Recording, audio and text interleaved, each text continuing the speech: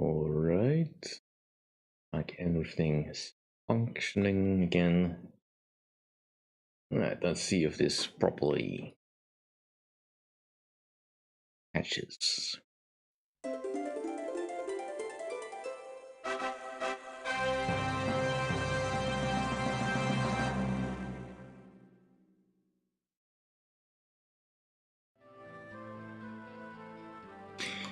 Greetings and welcome all to another Sunday live stream. Hello Karima. Happy New Year to everyone. Happy New Year, New Year. Raise a glass. And whatever you do with that. I am functioning on way too little sleep, so if I'm being a little bit this something, big words are a bit difficult right now. Discombobulated. That's it. So I thought we'd go with another suggestion that was made last time. Knights and Merchants.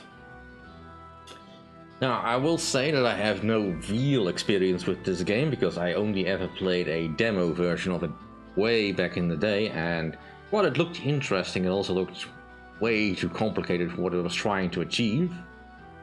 And, well, I just never got around to finding if the game actually ever came out, so, yeah.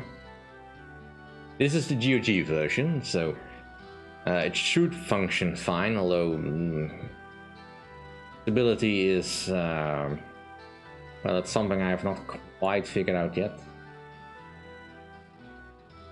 And I am by no means proficient with this game, so let's just make sure that it is known. Alright, so yes!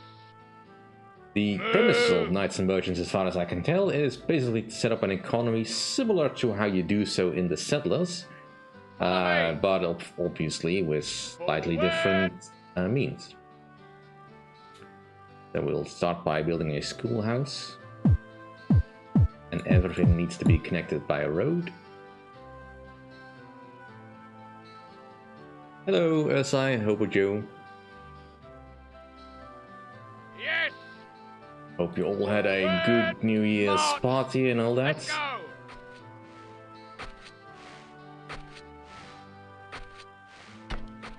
Right, so follow me. With my scout moving about so I can see what we have in our surroundings. We have enough to start with. Little food. We need to stock up on that. Alright, good coal seam. Some decent gold over here, more coal over here, iron over here. More iron, right? And a nice juicy stone deposit. Your Majesty, forward! Let's see how much of this we can safely use. Right, also plenty of forest land that will be useful.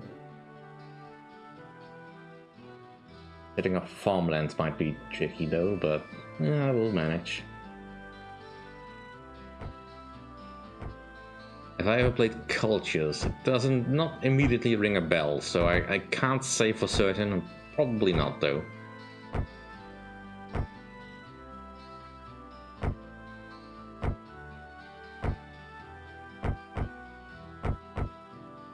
What type of game is it?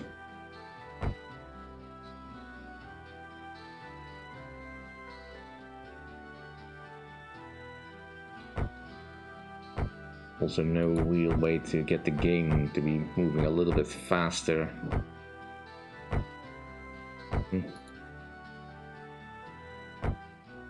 But we'll see how long I can stomach of this particular game. It's a Viking Settlers.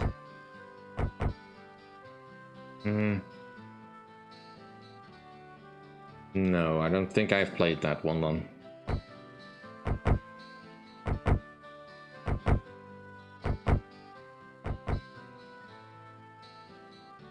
At your service. Didn't sell this hard enough already. Let's go.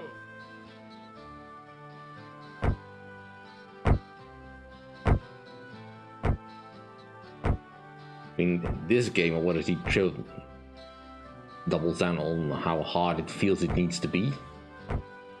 I mean, it's one of the more convoluted style of economy building games I've seen of this particular age.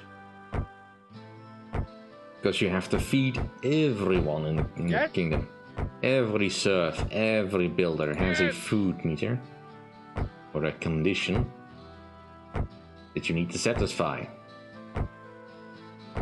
Alright, so now we also need an inn.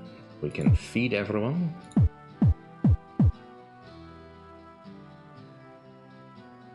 I'm listening. Forward! Now, the only thing I'm not seeing anywhere nearby is water.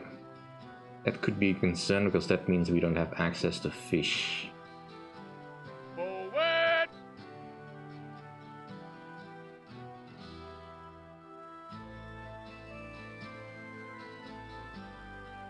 Let's go!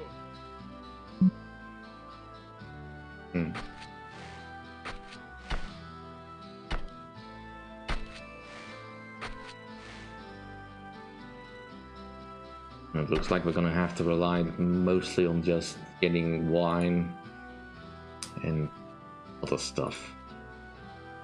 There doesn't look to be any fish.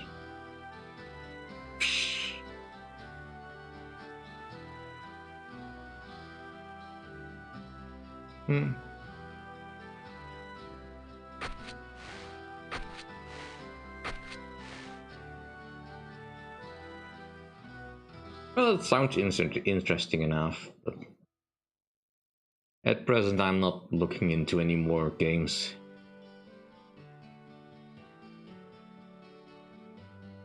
Ready? Forward! That's a precarious looking bridge. Follow me! We'll be ignoring that then. Because given that there's 3 opponents, I guess there's an opponent up here, an opponent up here, and an opponent over here.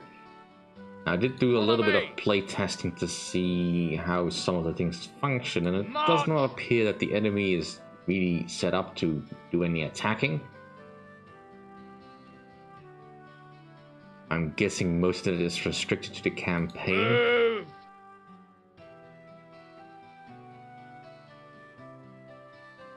Alright. The inn is going up.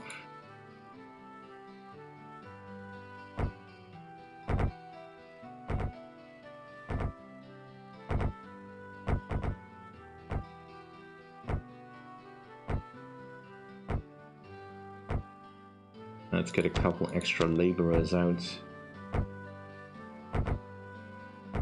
Train a few more serfs.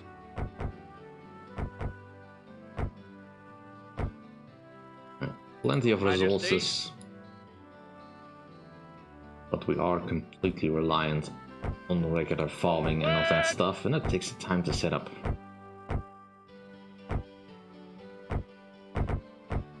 Yeah, no. The AI seems fairly basic, if at all.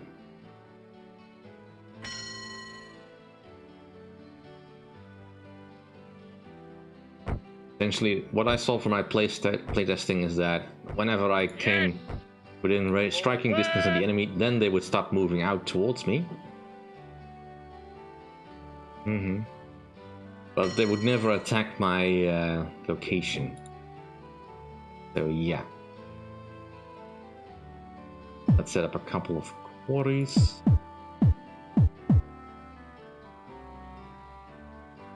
So we will need lots of stone. And train a couple of stonemason. I mean, we have enough gold to be able to set up most of that stuff, so. Alright, the inn is getting stocked.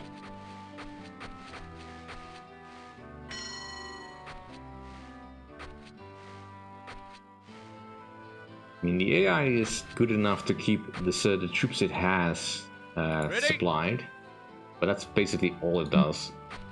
March! And the troops that the enemy has are basically just the basics.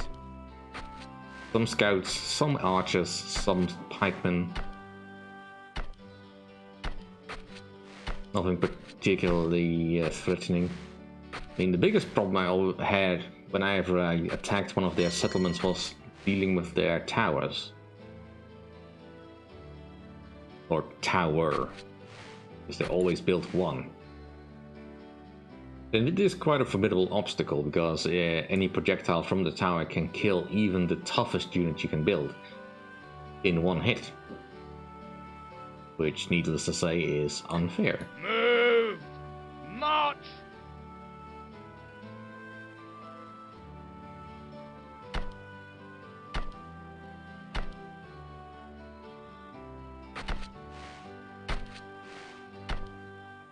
But yeah, the whole pathing thing feels somewhat reminiscent of Settlers, but it's way dumber. As every figure will get in the way of the other figures.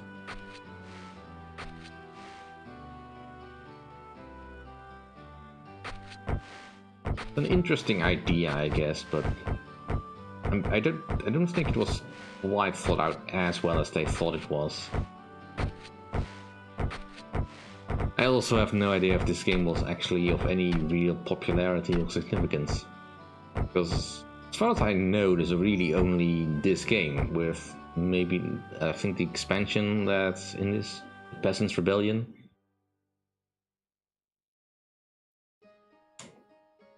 I think that's all there was to this, so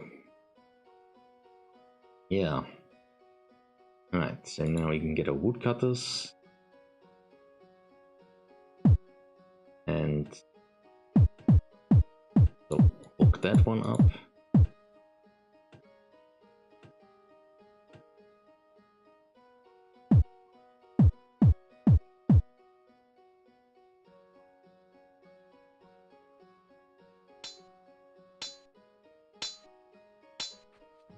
But yeah, I mean, it feels like quite clearly they were trying to do something Settlers-like, but never quite hit the mark. But the animations are nice and all that.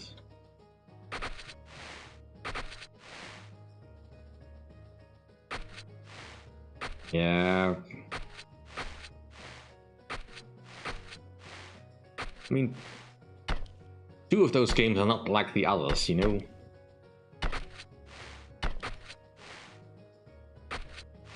But it was in the heyday of the computer market when you got a lot of copycats. All those Command & Conquer clones and all that. Doom clones. Although nowadays nobody does that anymore. Yeah, terrain is nice. It's very obvious, at least, what you're doing. Which is always handy.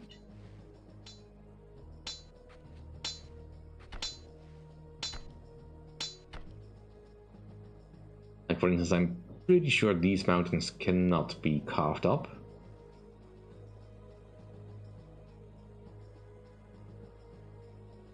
It feels that way.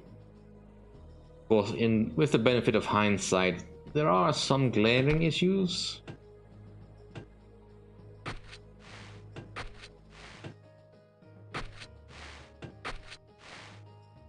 I never heard of that one, Calorima. But so many games slipped past me at the time as well, so... In 1998, what was I doing at the time? Probably getting fed up in school.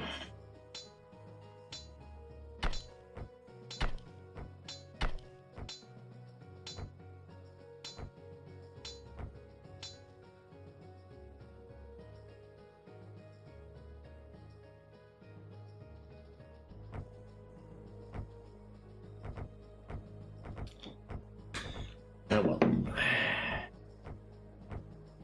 Oh, I should probably also set up some woodcutters.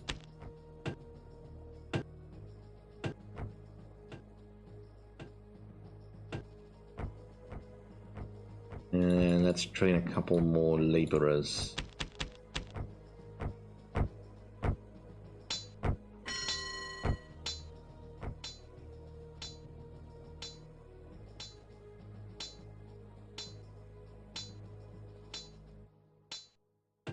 And while they're doing that, let's start setting up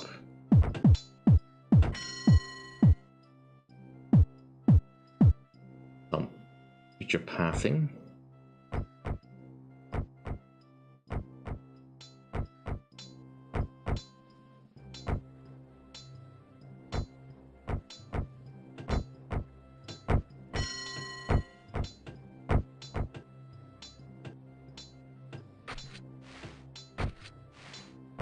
And for a game where the ultimate goal is really to defeat the other kingdoms, I guess, it takes a surprisingly long time to actually get to building any units.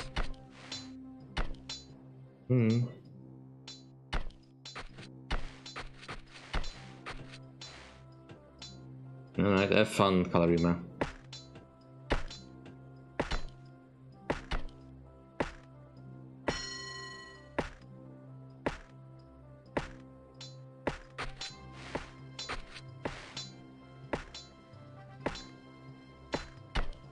Not quite in the 40k mood right now to play Gladius, so...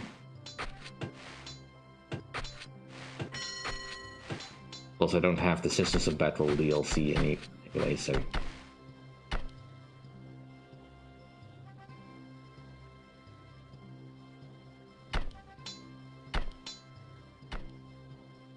We have one of those, that means we can now build a sawmill.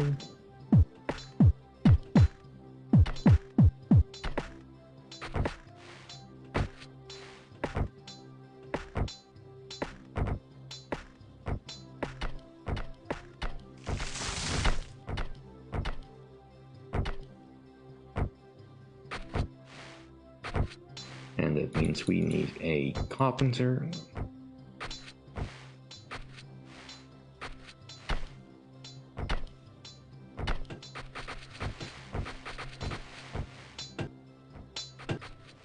I do kind of like that the game is at least somewhat intelligent enough that it knows that it can take stone from one of my quarries and bring it over to any project that is currently being built.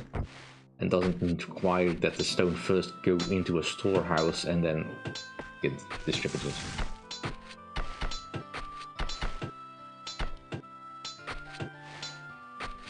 Yeah, I don't know anything about Chaos Gate particularly, so I hope it's good.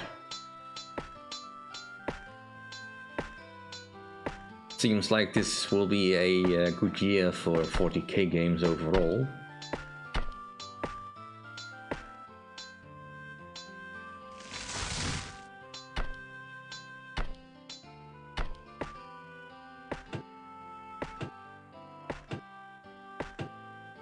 Even if we don't have any actual RTS games in the 40k genre at the moment, with Dawn of War 3 being as good as dead.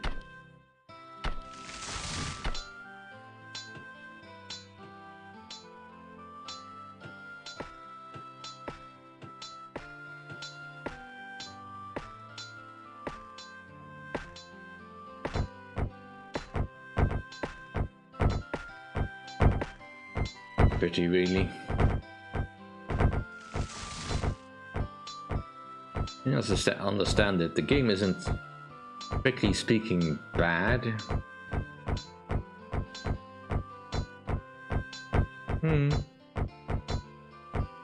Well, that depends on what one understands on the quality. I mean, there's also that orc game, I believe, that I can't remember the name of, but something with blood and teeth or something like that. It looks fun, but I can't say if it's quality.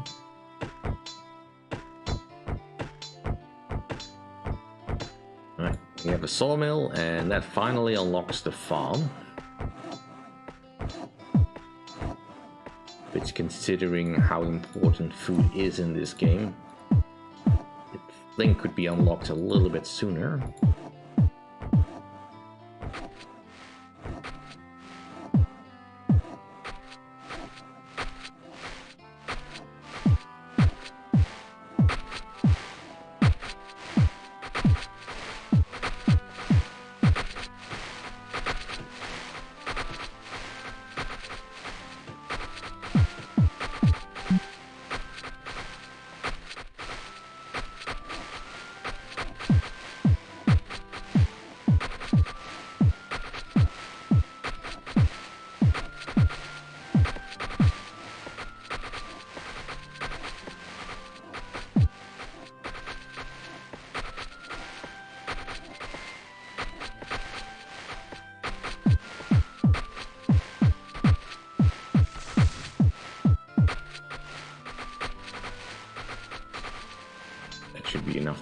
start.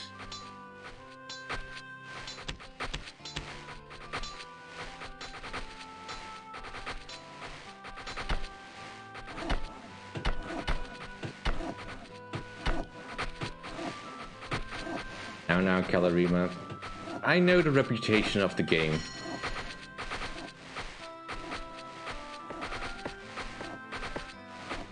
But it is not such an unforgivable sin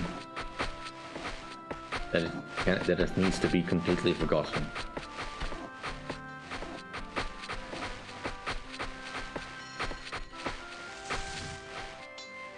Nothing like CNC4, at least.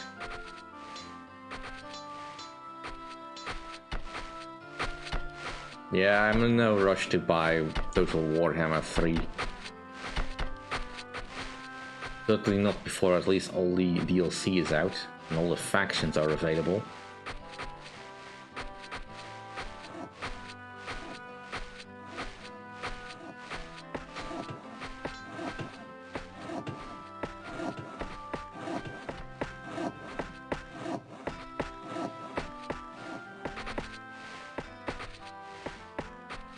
Alright, so also starting to get hungry.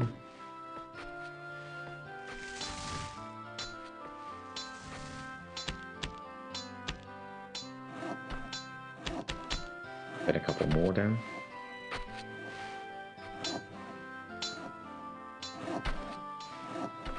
I do notice that your supply lines tend to get really overstretched quite quickly in this game.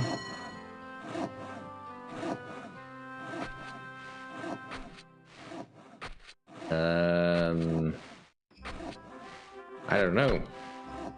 I forget exactly how many there are in at the moment.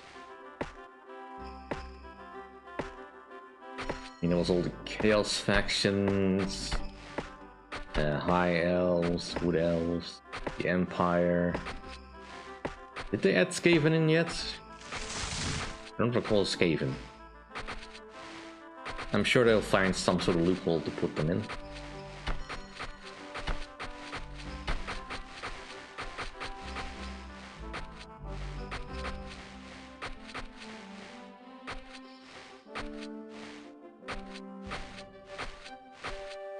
And I found it also a little bit more fascinating that the Total Warhammer games apparently are in reverse regarding the timeline.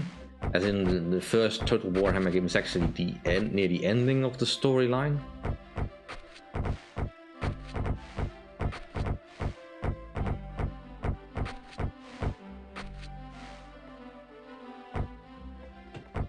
Yes, but I'm sure there's something they will have left out. Yeah, but I don't know if the Skaven are available in Total Warhammer 3.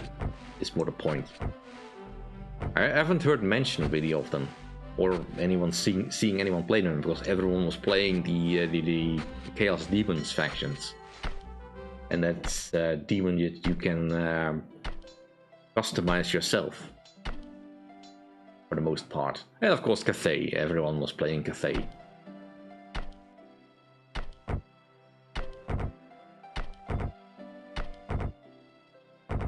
I mean, they're probably in there. I'm pretty sure most of the factions that were in Total Warhammer 2 and 1 are now in Total Warhammer 3. But it still took them forever to get the Immortal Empire's campaign set up.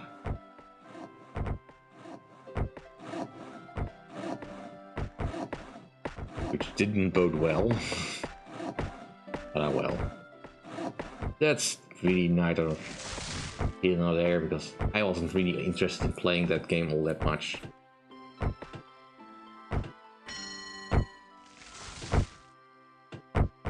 Well, you'd think so, but there had to be some rebalancing of things, I guess. Of the other factions as well. Plus, of course, they had to make sieges more interesting, and the whole storyline. I mean, basically all I ever saw was Kislev, Cathay, and the Chaos factions. But somehow the other factions also have to be put in the game.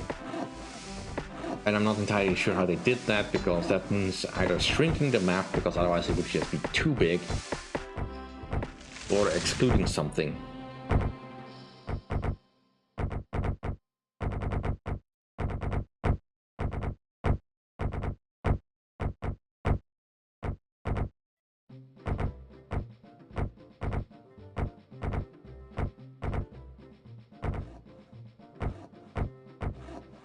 Yeah.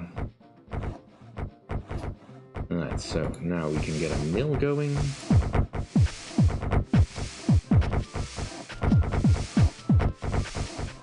And we could consider building a swine farm. I probably should do that sooner rather than later.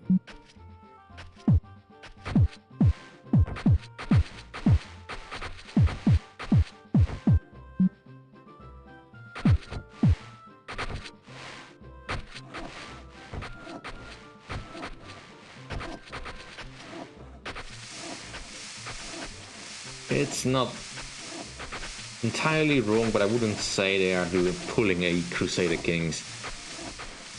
In Games Workshop and that entire franchise Creative Assembly is making, they always had a problem of having way too much DLC and factions and all that. Paradox did not stop that. And I guess we'll see where Paradox goes with Victoria 3 in the new year, once all the new patches comes out. And they're starting to run a little bit low on stone, so I hope my quarrymen can keep up. Well, it looks like they're doing fine. Let's get more serfs.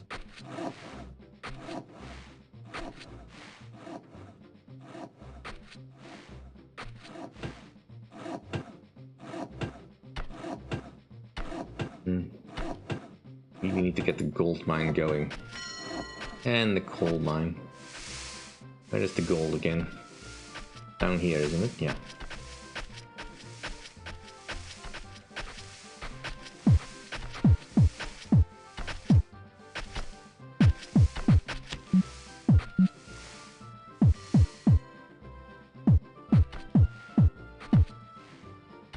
Let's also set up a storehouse here.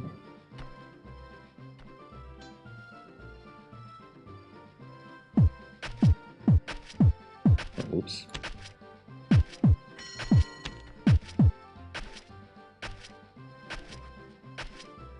And we need a lot of coal.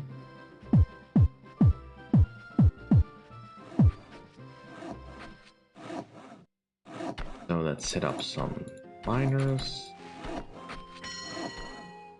Okay, we need an animal breeder and a baker, I think, for the mill. And where is the miner?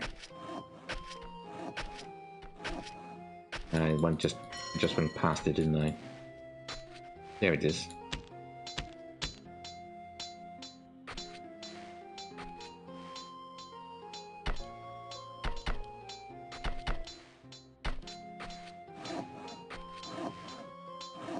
Mm-hmm.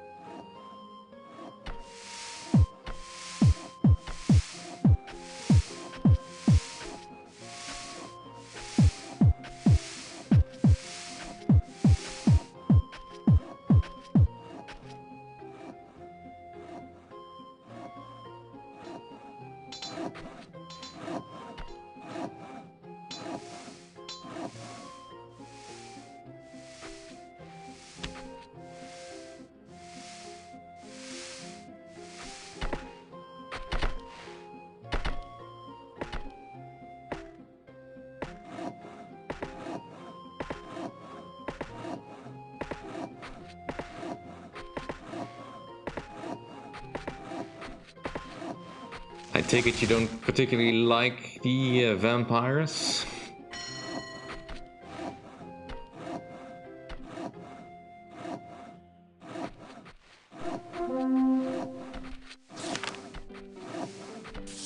My troops are getting hungry.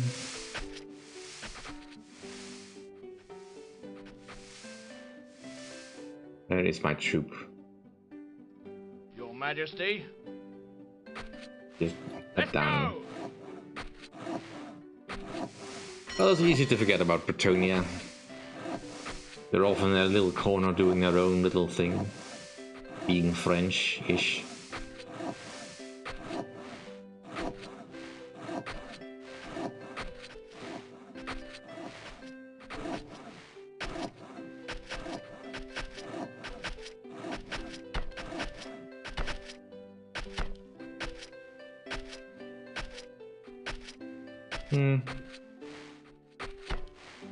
I mean, we also still don't have Chaos Dwarves. Aside from, of course, the Chaos Cannon in the Chaos faction, but that's hardly ever a unit.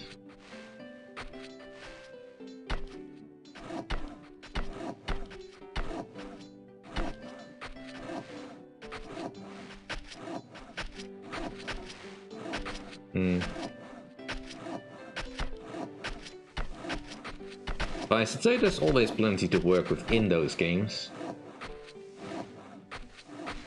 And it's always just amusing to hear all the mewlings of any of the other Creative Assembly games that are crying that Total War gets way too many, way too much attention. Supposedly, yeah. Actually, it's been fairly quiet surrounding Total Warhammer 3. I've not heard any real buzz around it.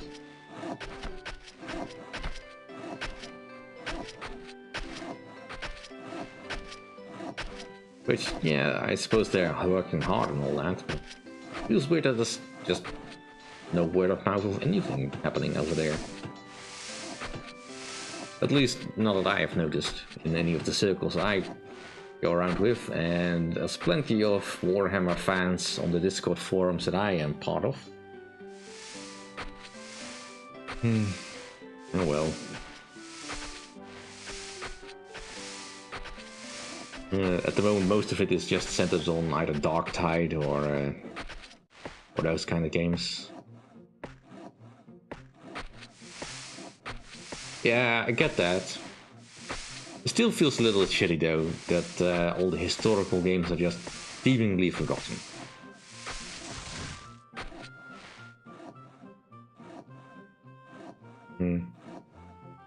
Well, it probably will come back if they do add a good faction. I should let things build up for a bit, because otherwise we'll just Ready? have nothing. Showtime. Let's feed our starving scout, who cannot feed himself apparently.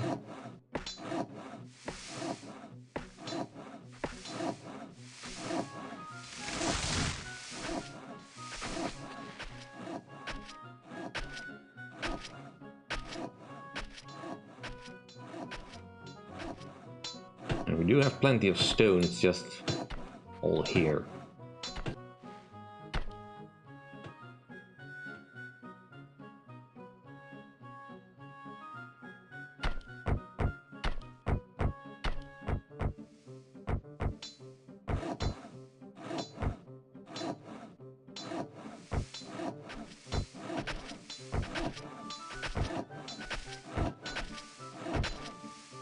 Well, from what I've seen of Darktide, it looks good, but it plays just like Vermintide, so it immediately is not a game I'm particularly interested in. Because it's just way too much chaos and sprite effects and all that. But I like the aesthetic and the music is good.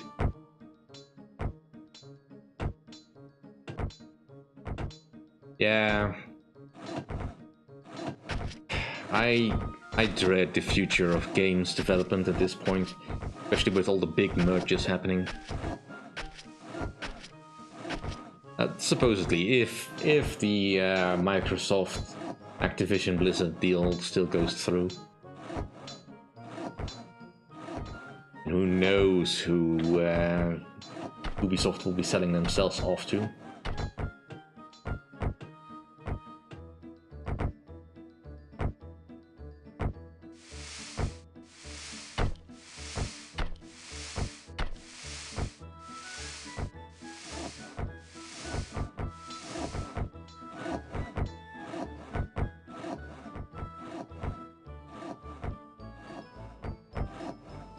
At least I have enough wood. Right. I mean, we're a half hour in and we still haven't barely even gotten our basic economy started. Ready? Let's go!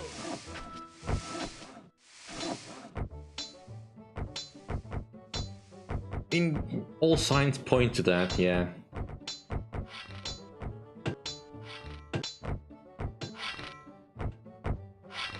It really would have to blow everyone out of the water with supreme excellence, and I don't think you're gonna get that with overworked crews and underpaid staff. Something is gonna break. Not to mention, I have no idea how they're gonna monetize all that stuff.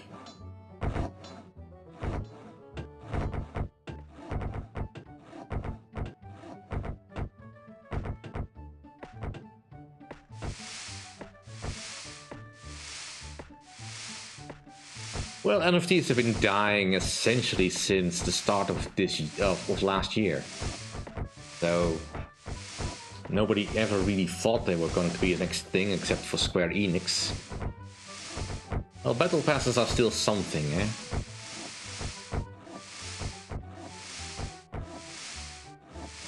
But then again, Game of the Year editions also are such a scam at this point.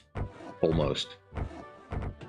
They're a complete misnomer. Games really should stop calling their games Game of the Year editions if they have never won a Game of the Year with that game. Complete edition, sure. The finally finished edition. We polished it the best we could edition.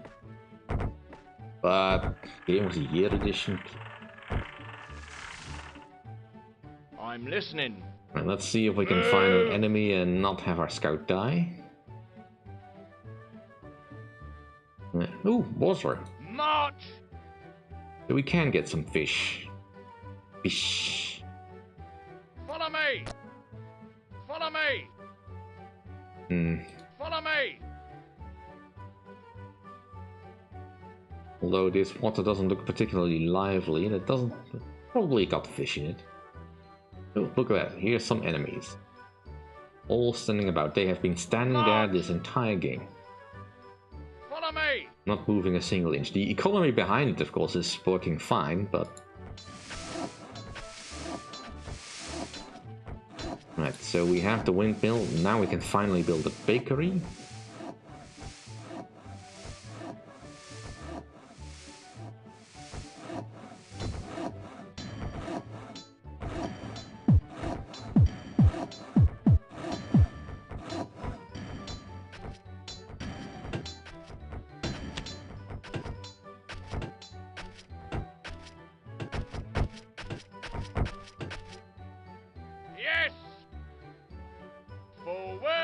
Oh no, I don't expect them to act with honesty.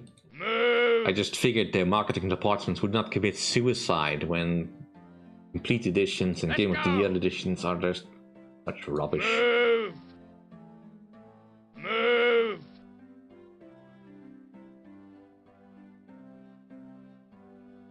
March! Let's go!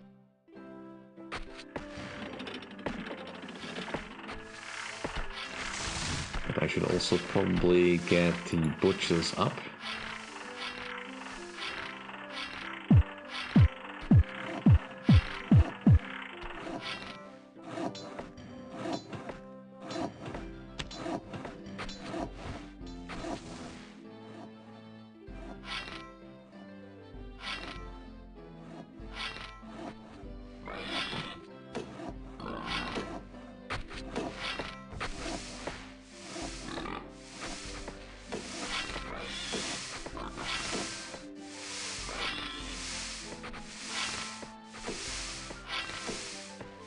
Yeah, I tend to not look at anything Square Enix does these days.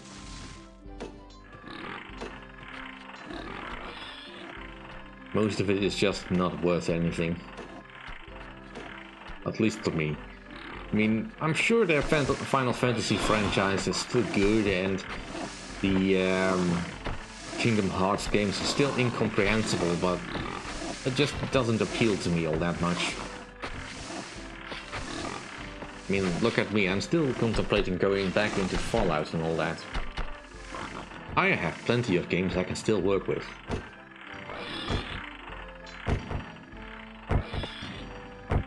For me to ever really consider anything new, which is both a good and a bad thing, I suppose.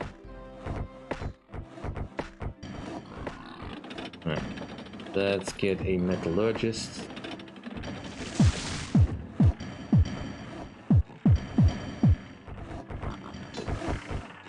We can get some money going in. Our stacks of cash are starting to run a little low.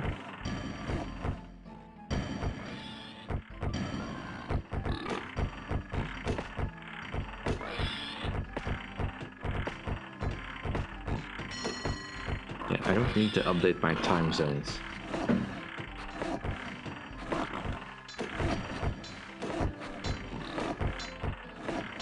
Well, of course they would have to sell it. They had to double down on the NFTs. You have no room to create actual games.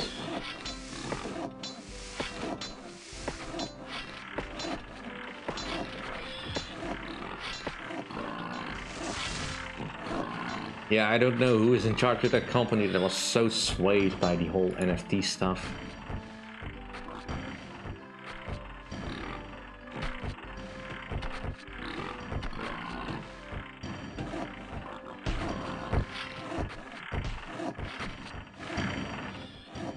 But then I've never really understood companies at all.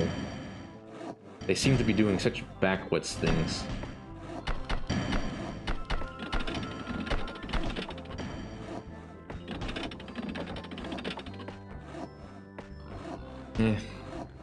I don't know.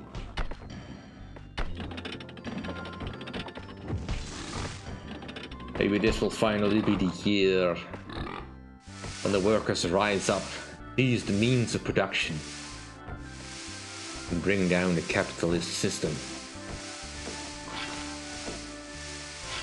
Probably not.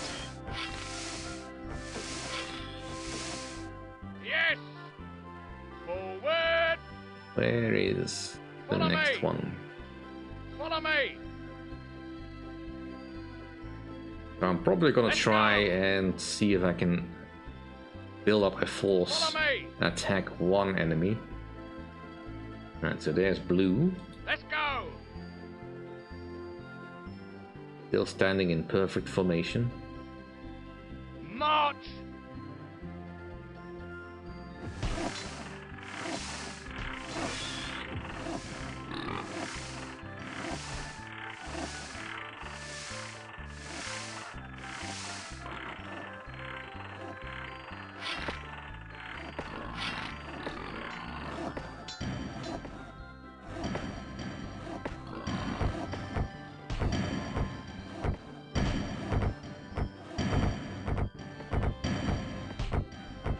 I'm not sure that Elon Musk has the liquidity to try anything that desperate.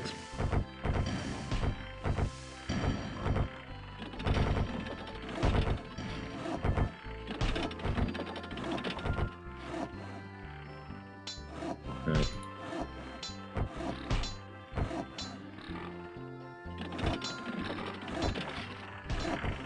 Careful with the swearing, this game does not like L-tabbing. And I can't just easily go over to the screen. But yeah, don't give Elon any more ideas.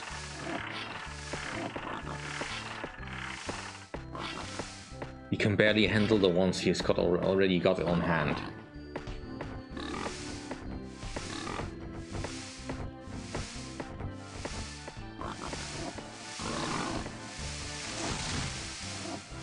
Might need more farms still though.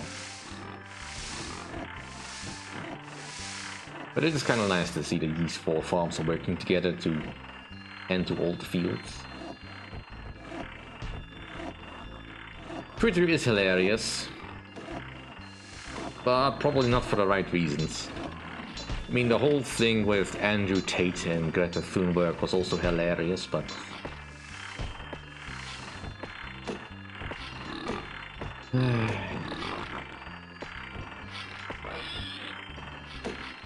probably not for the right reasons.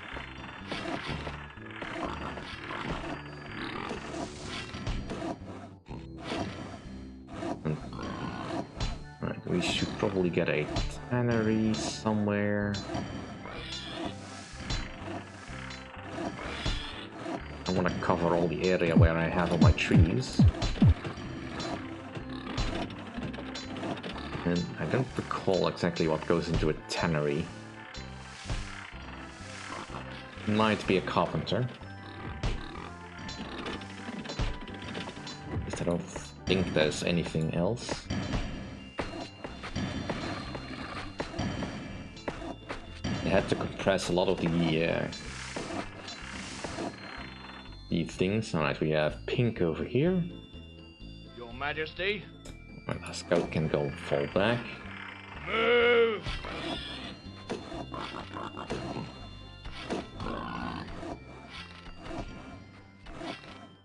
Nah. Thunberg is fine. He is a little bit over mediaized, but that's because it's just so funny.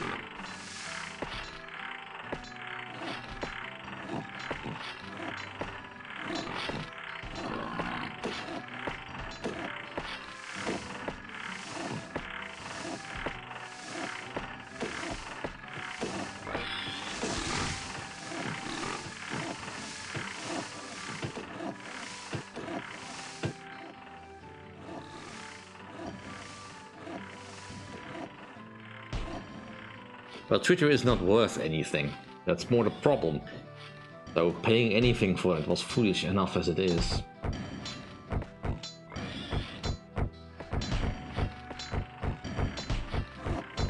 But Elon just couldn't resist not putting his foot in his mouth and signing a contract that he couldn't back out of. Trying to think up some lame excuse as to why he was justified in breaking off the contract, which turned out to be total nonsense.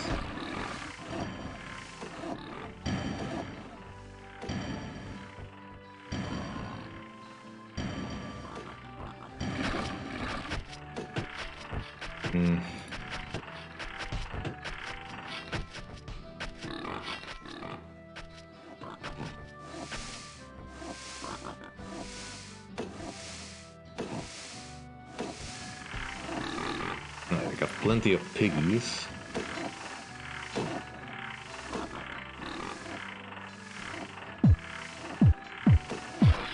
Let's get another pig farm, see if we can speed that up a little.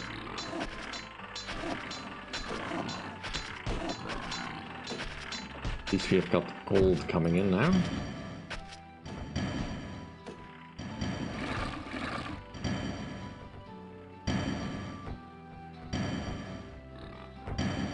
We should start thinking about setting up an iron mine.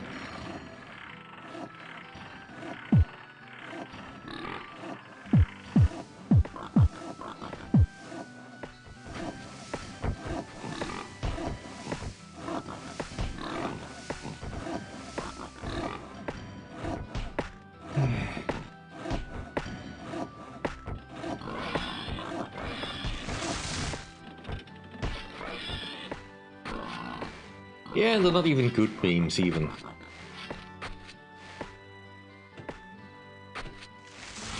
It just proves that being rich does not mean you're smart.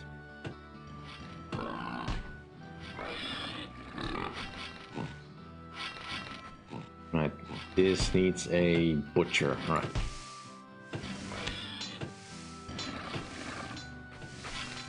And that allows us to set up an armory workshop.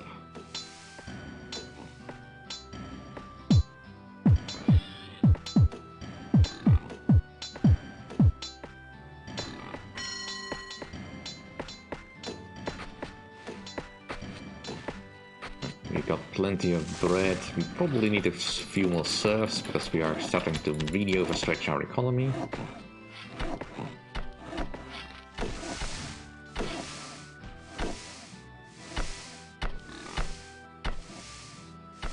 Our farms are piling up the grain, corn.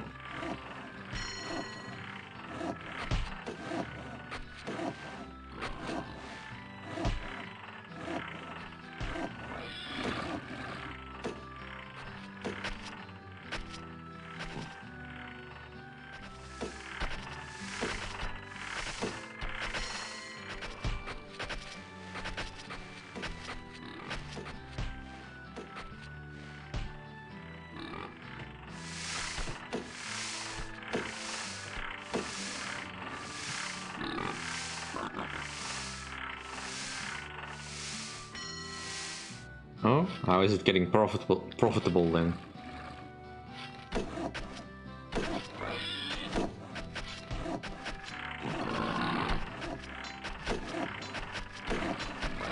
I figured most of its profits would come from having, you know, lots of advertisers, but I don't think they have been coming back yet.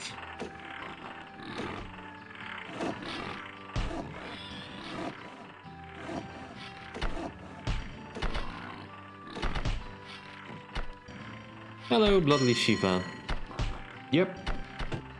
Decided to dip into my games vault and pick up this little relic. Although it's been almost an hour and we've only now started getting some basic weaponry out.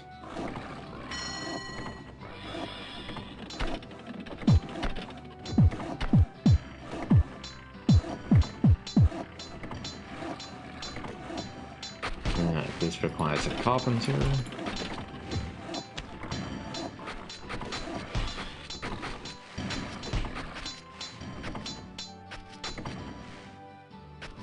Dang it.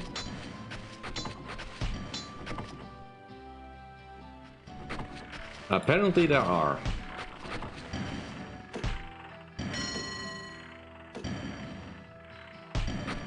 I mean, there's plenty of Musk fanboys that will do it. And there's also some that will do it just because it's funny. To be able to troll with a blue check mark. I mean, yeah, it is a very, very casual pace.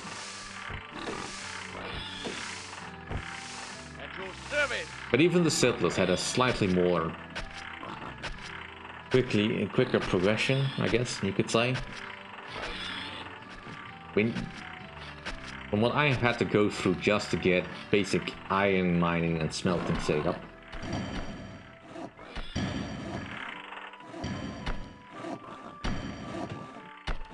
I mean, it locked all the buildings behind other buildings. Like, there's still some buildings I do not have at the moment because the game thinks I don't need them. And it's not entirely wrong, it's just not entirely right either.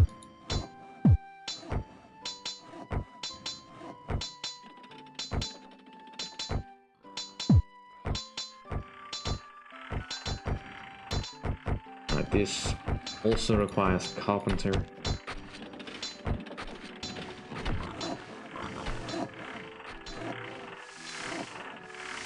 And I should probably make this road a little bit more accessible. Your Majesty.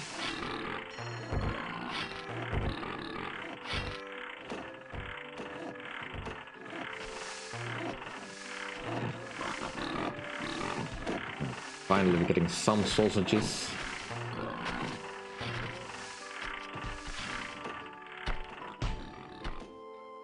Happy New Year, you.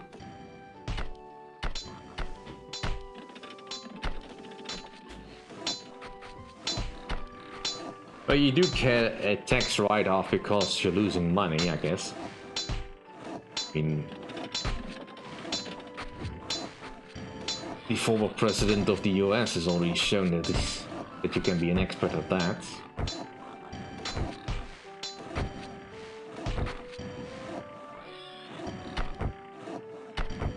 Oh well. It's 2023. We're about to hear everyone who's gonna run for president. So.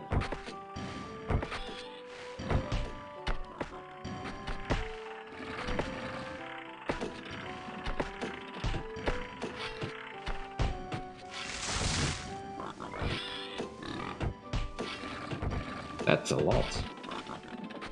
That's way too much for what the blue checkmark actually shows.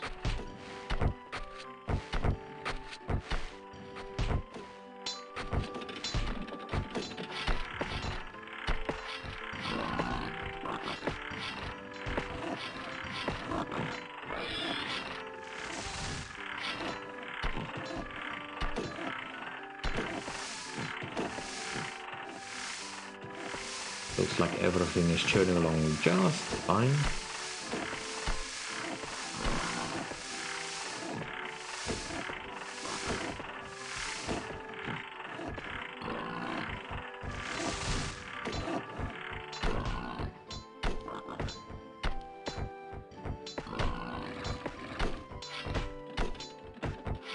Well, not anymore. Especially not since I think he was planning on implementing that you have to start paying for your blue checkmark retroactively, or that you will automatically be have to start paying that $8 per month for the blue checkmark. Otherwise, you would lose it.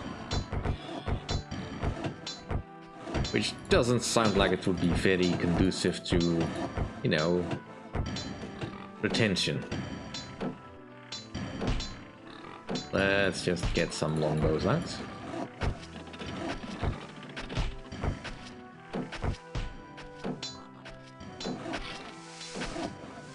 And I suppose we can start building another schoolhouse.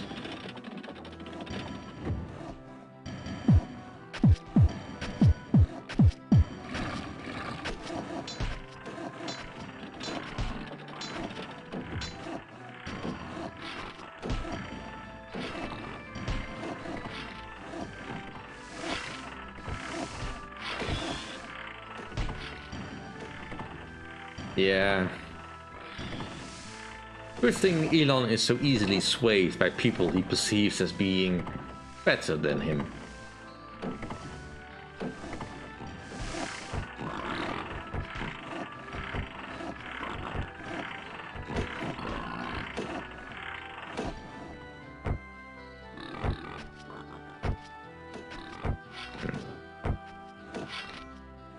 I think I made a animal handler there.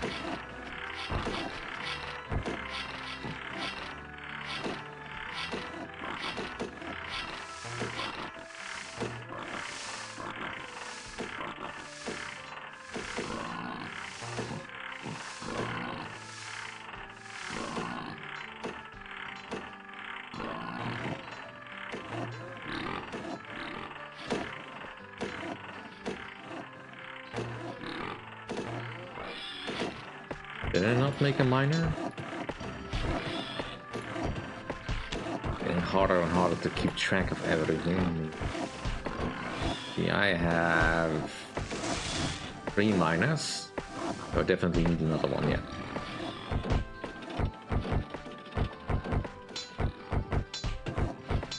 The other players are not doing anything, just building up their economy behind this. And just making sure that their armies are being well fed and all that.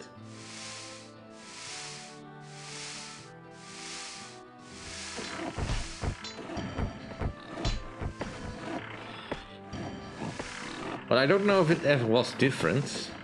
This is just how this version of the game acts. Like I said, I've only ever played a demo, so I don't know how the full game worked back in the day. But considering how complex I feel that this particular economy system is, I would imagine programming an AI back in those days would be even more difficult. But perhaps this game could do with a modern revival of some kind. A new remake, where everything is a bit more streamlined and all that, but On some level, I think you would just end up with a game similar to Anno, which is probably not what they want. Or even if this games company still exists that made this game. Well. Alright, so now we have full access to all the potential units we can build. All we really just need to do is make it. Apologies. Like I said, I had 4 hours of sleep. And however long I just took for a nap before I started the stream.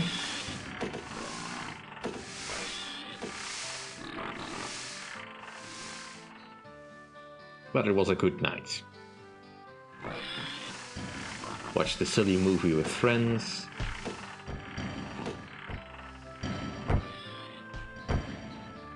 And just mostly tried to make sure that Tiggy would be as relaxed as possible, given the circumstances. Yeah, indeed. Everyone deserves a chance at the sequel, I suppose. Although, yeah, I don't know, it depends a little bit on who has the IP for Knights and Merchants. Does it even exist? Is it open source now? It's probably not open source, though. I don't have the means to look it up right now.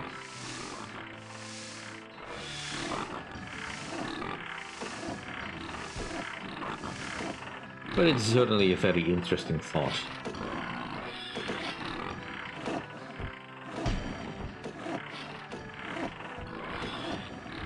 Right, it looks like the bakery is running full tilt. We should probably start considering getting a vineyard. And probably easier to do that down here.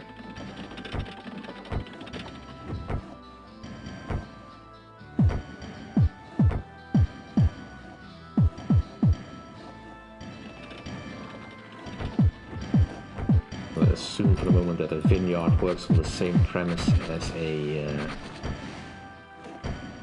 regular farm.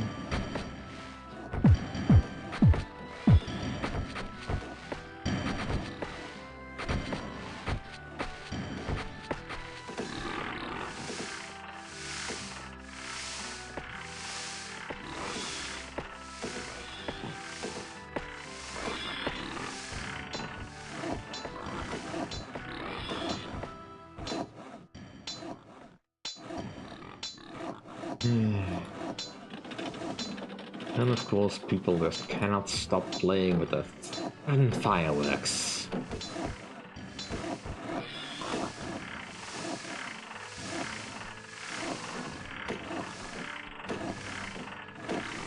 I have no idea if they still exist. I certainly haven't heard of them in any recent time. And if this game didn't sell particularly well, they probably don't exist quite in the same capacity anymore, but I have no idea where Joy Mania is at the moment.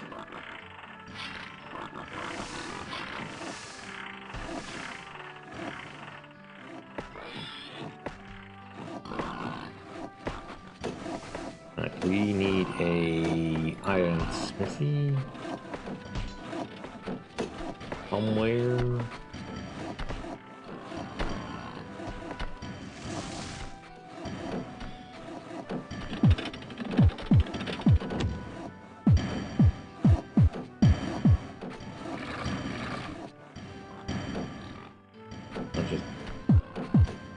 The roads.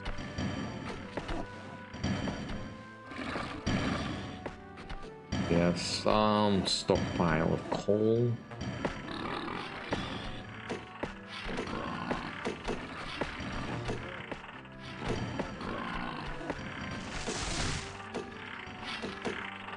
Yeah, I suppose, but I've not heard anything of it. Really doesn't seem to be anything like it. And nowadays you have other games that kind of fill the niche of this style of play.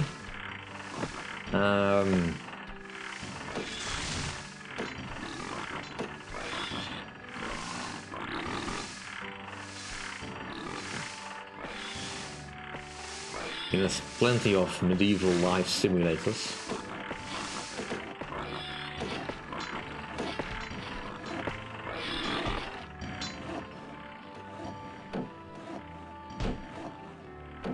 But it would be a very long shot, I think.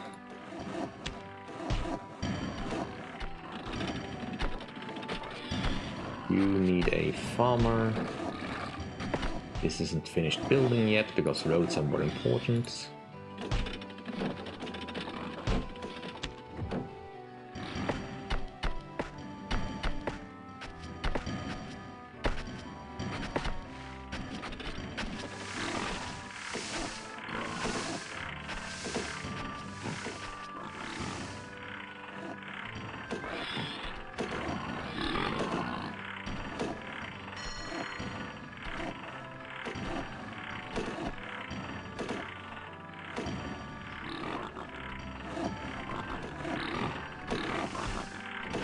How many wine barrels do I have left?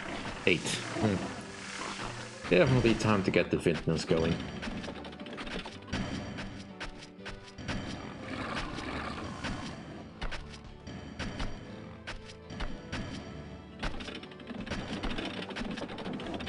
I mean, I don't know that they're doing anything with the settlers.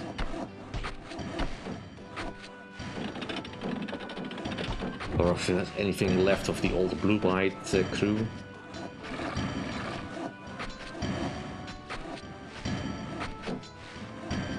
But I don't think Settlers is quite as money-making a franchise as they would like it to be.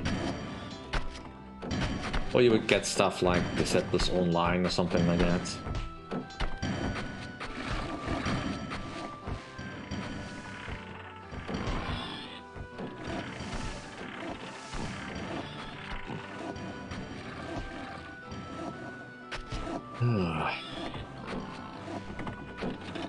Alright, goods are starting to get delivered. Let's start getting some recruits.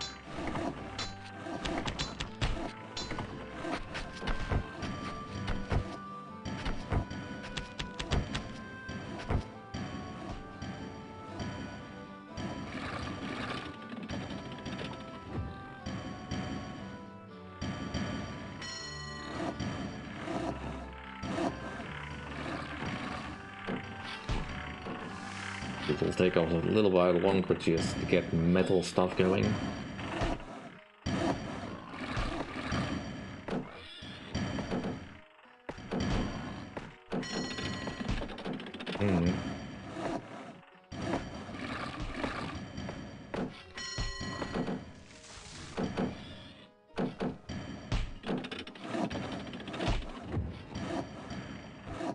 Yeah.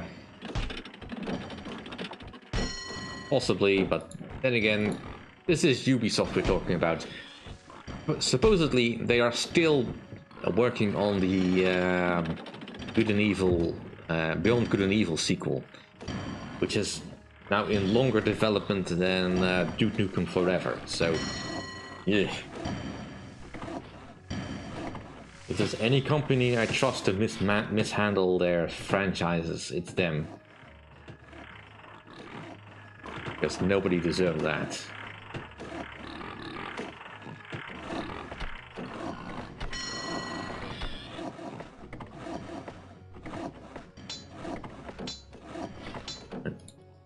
Let's get some more serfs, because it looks like things are starting to pile up again.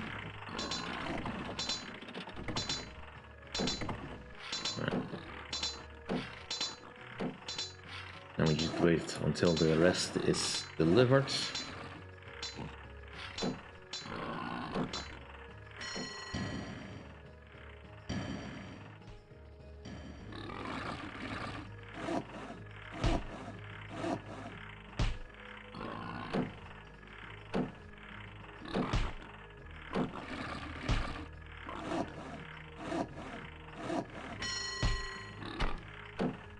Yeah, I know. But they swear up and down that they are still working on it. Which either is the biggest troll in the world,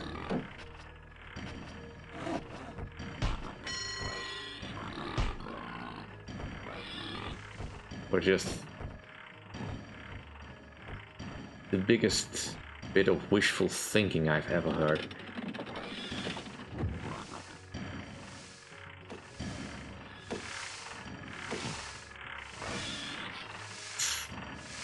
Definitely low on food. I mean, we still have some bread, but yeah, the meat market needs to speed up. At your service. My scout is hungry again.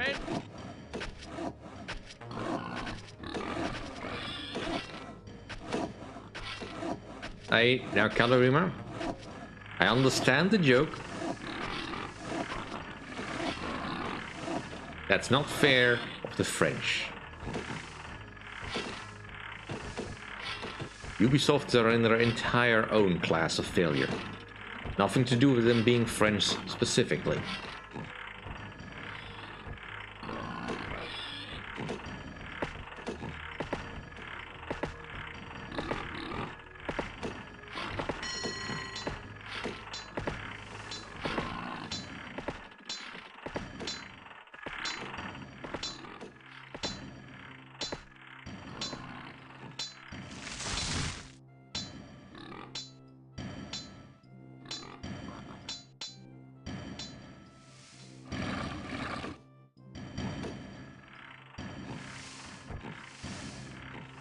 All I'm saying is the French retreating on every sign is it's such an old bad joke. It's just not funny. Never mind that I also have some French friends.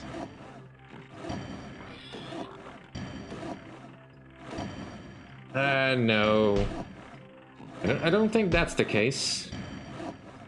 I mean, I don't know exactly who the dev team is on Beyond Good and Evil 2, but I don't think they're French.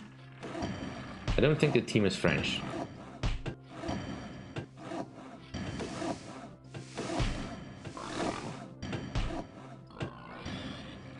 We just need one more bow, please.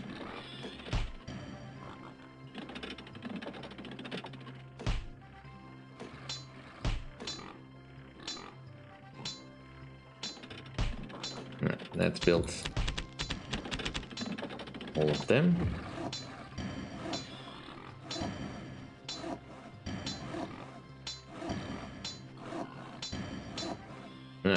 Our first military unit. Group up. Get them in lines, and how do I want to do this? Group up. Group up. Group up. There, that's better.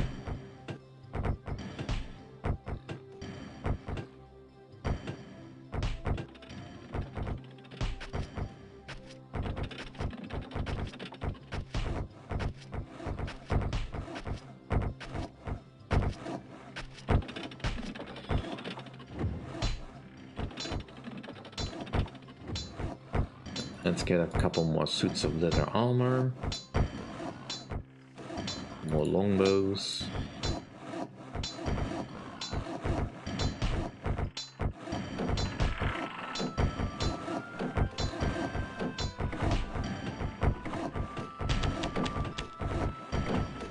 Because when you're going for the kill, you may as well overkill.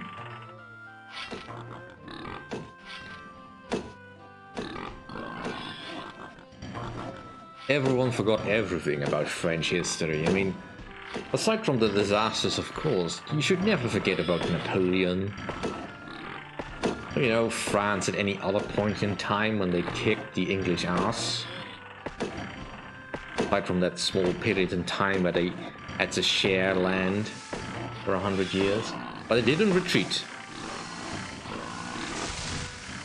Well, they're not more expensive per se, they just require a lot of stuff. Like, I need horses, I need swords, I need iron armaments, and I need shields in order to make a knight. Knights are just better overall, though.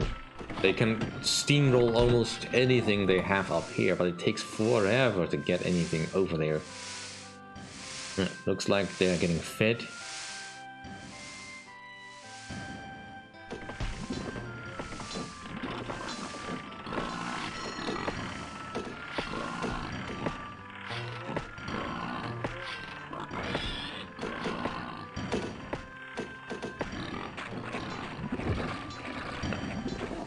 Starting to turn iron ore into iron, and that means we can now get a weapon smithy.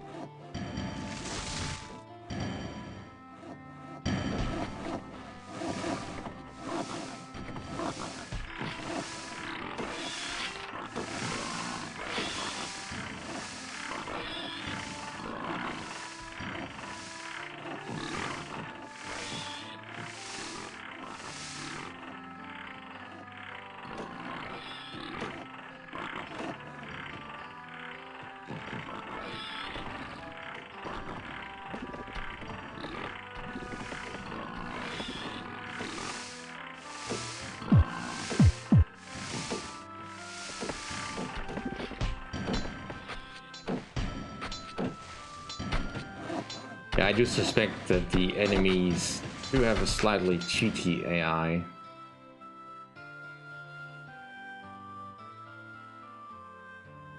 Because given the amount of troops they have at the moment, which is basically just some scouts, some regular pikemen, and some axemen, and bowmen.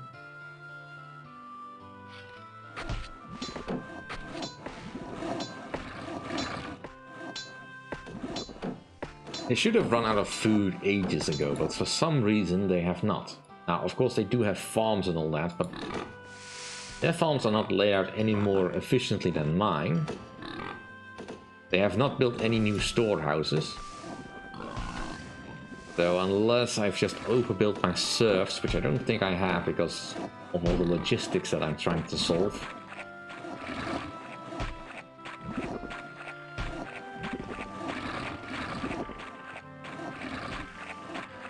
Also not like my resources are infinite or anything.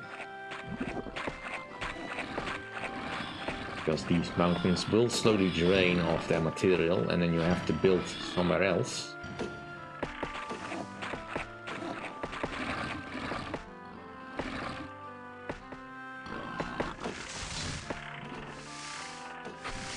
That's why I'm trying to focus on just killing one opponent at this particular time.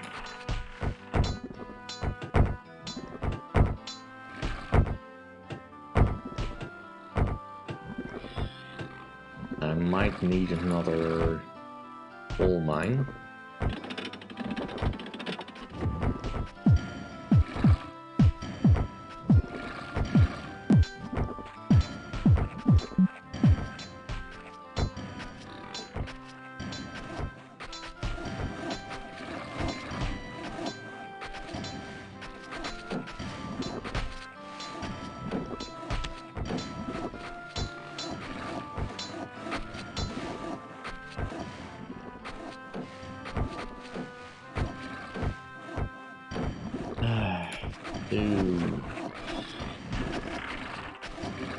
At least the gold stockpile is doing fine.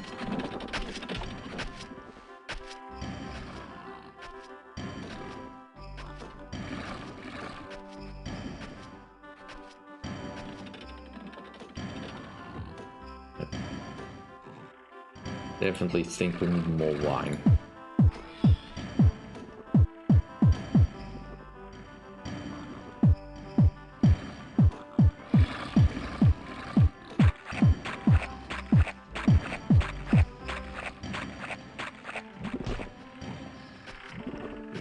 Planks, we have stone, and we have been eating into our stone stockpile quite a bit.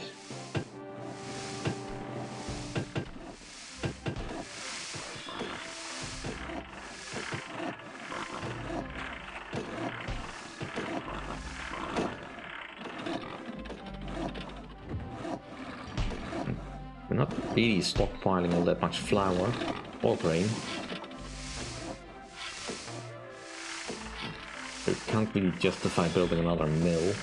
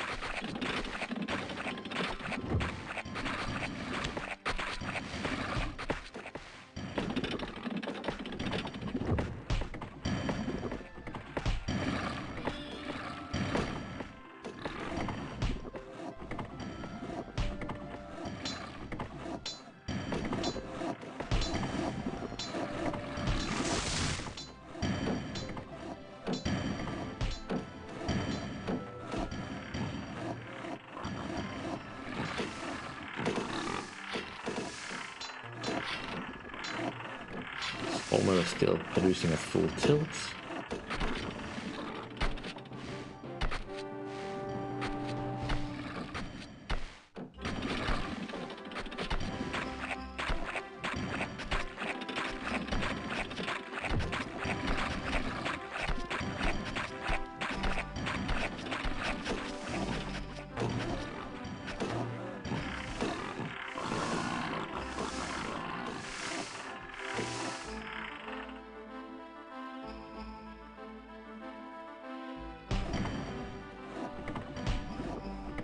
One more bow.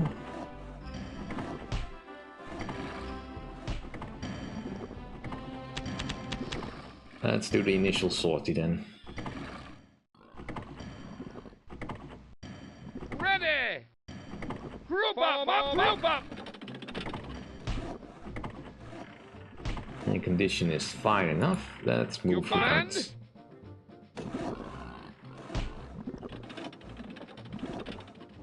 Let's see what we can do with just some archers.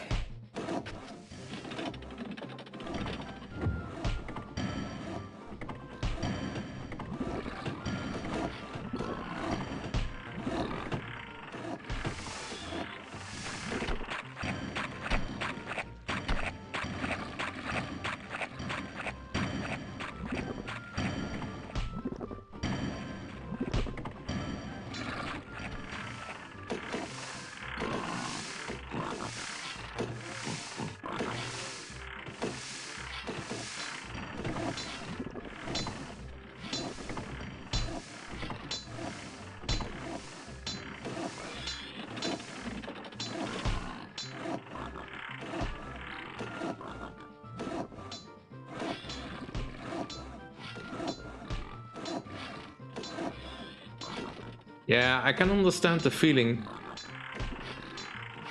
Being Czech wouldn't have been very nice, because you are essentially left out to be sacrificed. As I understand it, they did it for reasons that made sense at the time. They needed to buy time to get their own armies in shape, and it turns out that still wasn't enough for the French, as they just did not anticipate what the Germans were going to do. Nevertheless, even after the surrender, more French died in the Second World War than you'd think. So they did not stop fighting after the surrender, so to say. But I can understand where the feelings comes from.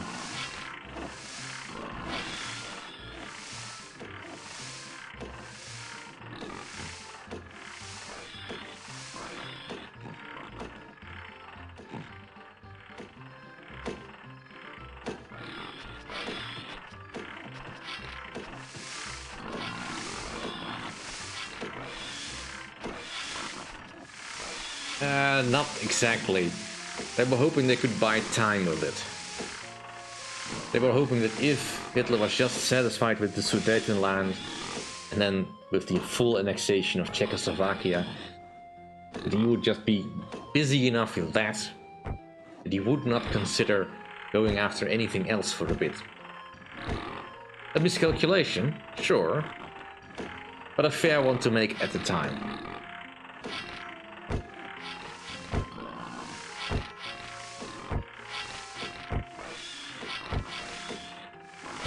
And not just the resistance, it's also the Free French under de Gaulle and all that, and under Leclerc in the French colonies and all that and such, and on all the fronts that they fought. I mean, I'm not saying the French were perfect under any circumstance, especially not the ones that collaborated, but to say that if you look at the entire history of French as what you can consider France, they have a win rate of, I believe, 72%. So, to say that they would run at the first sign of trouble, no. That would be wrong. They were just simply overwhelmed because they had lost their main capital city, which for France at the time, and for a long while since, I believe, just essentially means they have no means of logistics, of communication. So what the heck do you do then? You can no longer organize. Alright, looks like my archers are in position. Gladly. Let's get stuck in. Now, archers are terrible against horses, so I'm gonna try and see if I can kill them Attack first. the enemy! Gladly. Forward!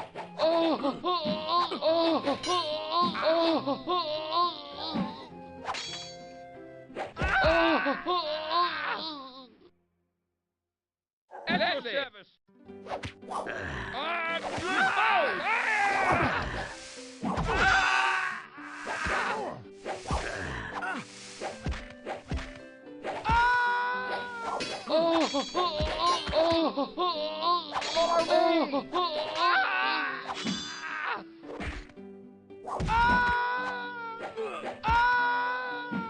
See, this is the problem a little bit. Now, at most the enemy will just move down a little.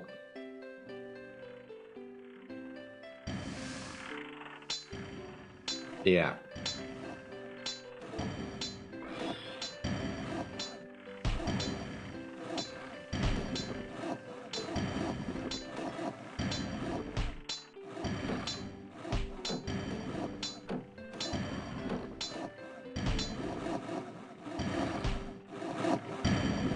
Right, so you need a blacksmith.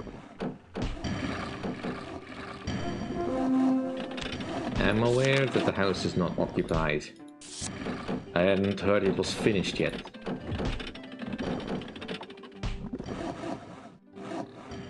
Alright. Start getting some swords made. And we also need some armor smithing.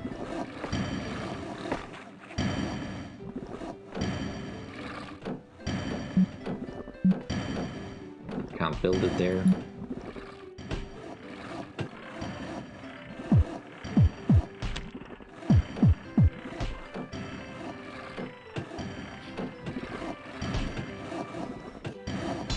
Yeah, the problem with mostly with archers is that they do kinda need a buffer force.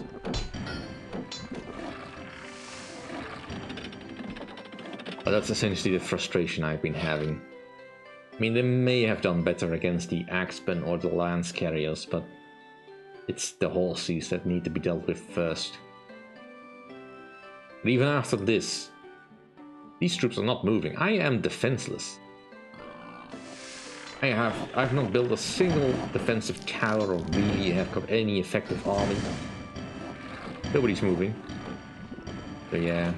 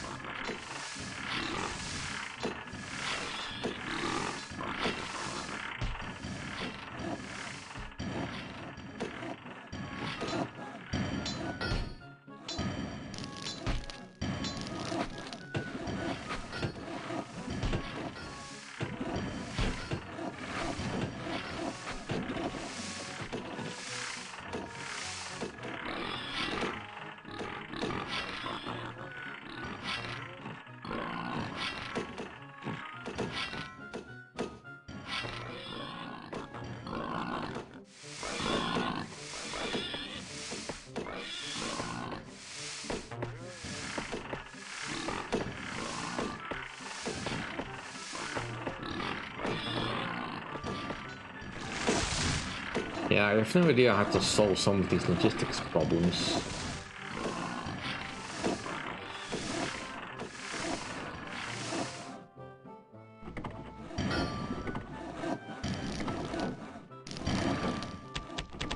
Building more serfs just doesn't feel like the right answer here. Because they will just get stuck in queues. They just don't seem to be making effective use of doubles roads at least.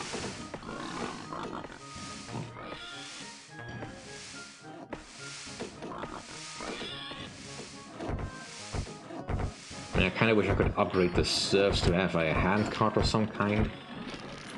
There's no such functionality though that I've seen.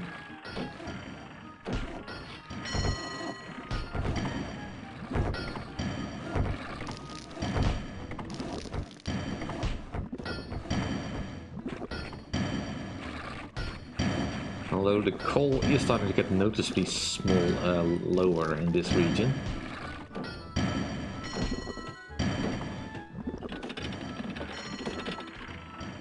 The gold vein slightly gets gold veiny. I do think I saw the iron tick go smaller some time ago, but difficult to say. You don't even have infinite resources on this map. Eventually you either have to attack or you're just stuck in place.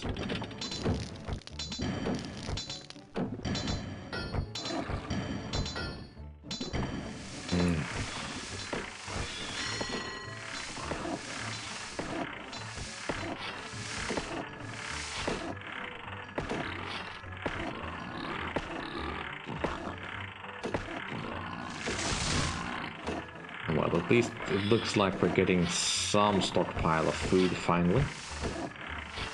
Even though I do feel that my butcher is being very lax, but I guess he's got too many sausages, so he can't work.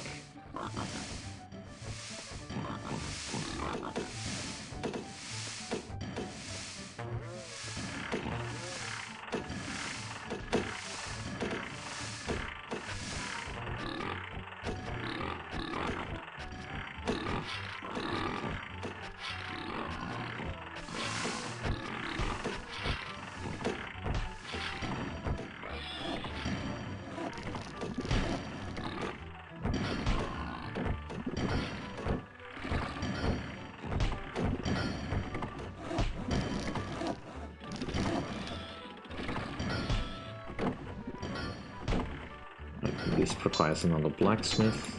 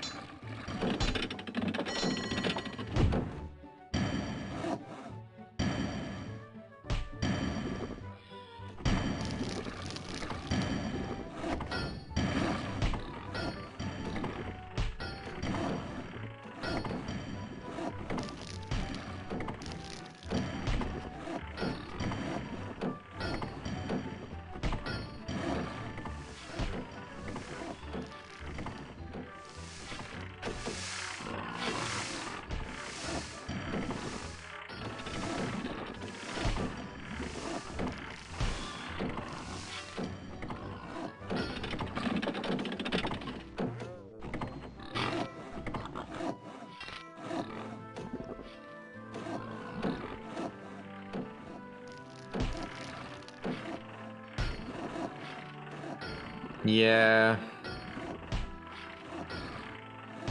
It's such a great tool, YouTube.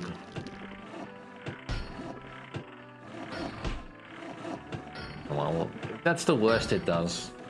I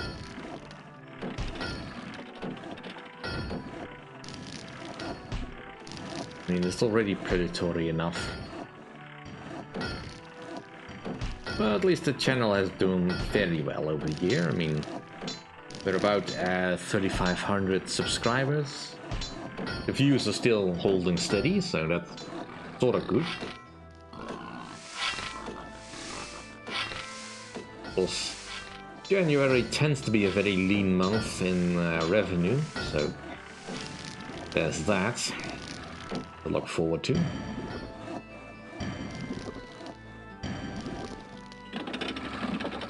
But at least so far my channel has been spared any of the shenanigans that I've seen on other ones. So far I've not had anyone attempting to hack my channel, and well, I've not been hit with any totally unreasonable strikes. And so far I've only seen 2 of my videos age restricted for some reason, which I don't fully understand, but I'm just not interested in figuring out why that is. Because they're both from the semi-grand campaign. So, do I wonder what I said in the CK2 portion of that, or the EU4 portion of that, which is morally objectionable enough to warrant a 18+ restriction? Now I don't really care to figure that out. Besides, that campaign is long over, and I doubt very many people still watch that all the way through.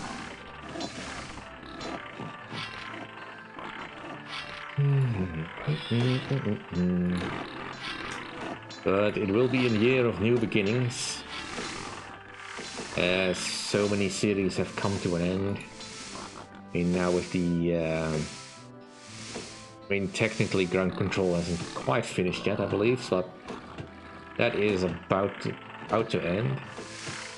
Baldur's Gate 2 is pretty much done. I just need to finish encoding it and all that, and uploading it to YouTube. Yeah, need to put some new stuff in there in those slots. Figure out something else I would like to play.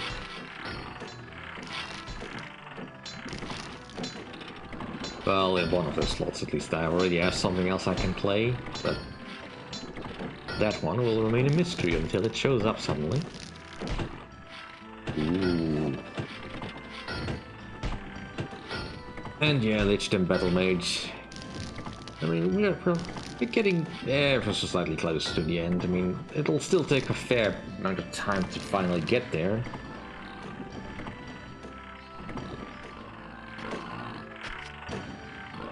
Because we still have to do the finale in Soldenschrott, and then there's at least one more level after that.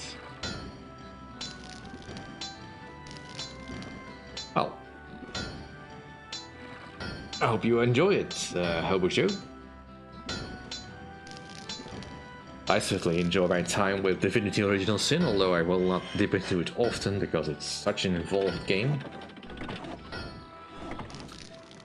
I still intend to play through at least one of the older Divinity games, but I can get in a bit of a better feel. I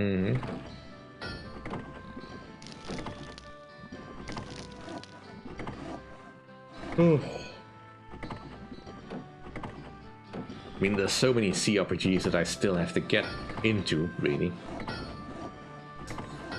I mean, at some point I have to just knuckle up and just go into Pillars of Eternity properly. And I also want to check out Tyranny properly. You know, get all that studio's work done.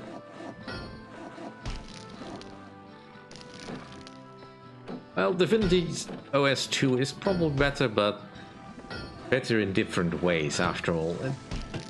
As I understand it, there's completely different eras of in the world of Divinity.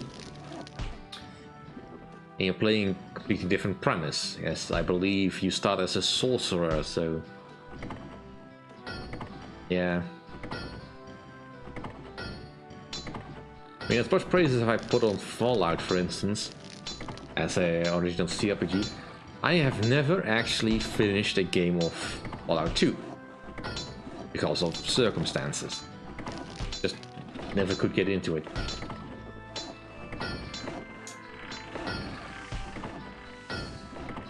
Alright, let's get some Lance Carriers.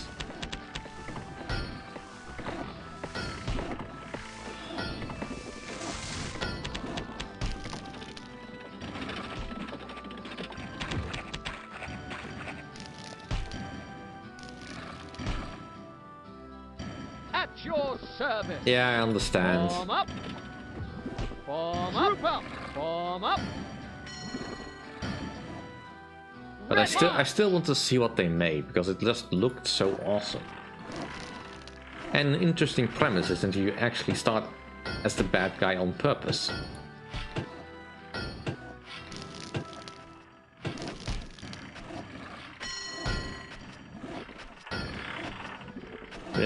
Yeah. Yeah, Pathfinder is a system I've not yet dipped into at all. It's just...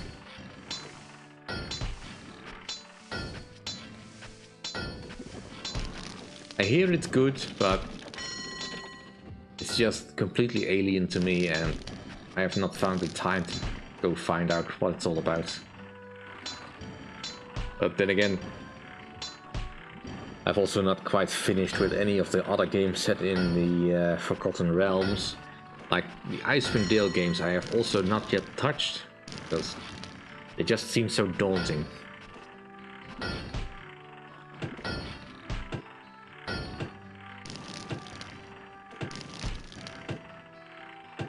Well, let's see if my lance bearers can do something against the enemy's ponies. By then I hope that some of my stuff for my knights is finished. Guess you can start making some crossbows.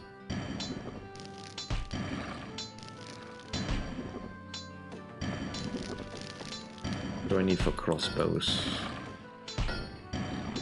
Armatures, crossbows, alright.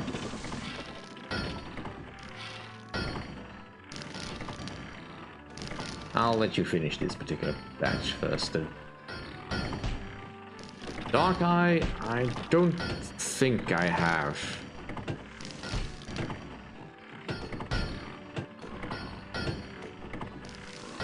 No, that doesn't ring a bell to me, so couldn't say.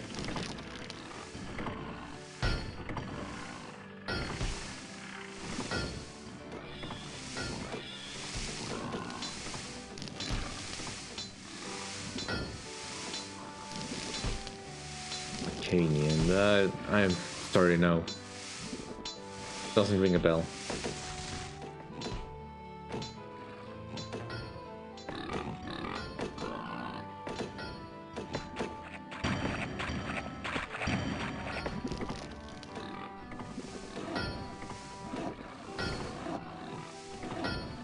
And I'm so far behind on my old RPG stuff.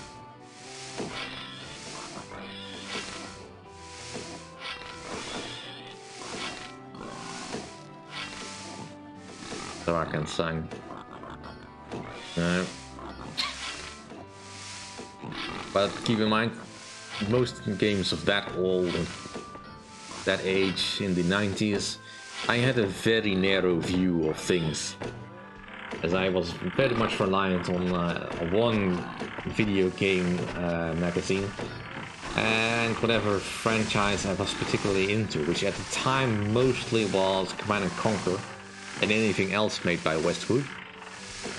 Stuff made by Bullfrog, and then later Lionhead Studios, which I know, but it looked cool. And I didn't know that Molyneux was such a Molyneux.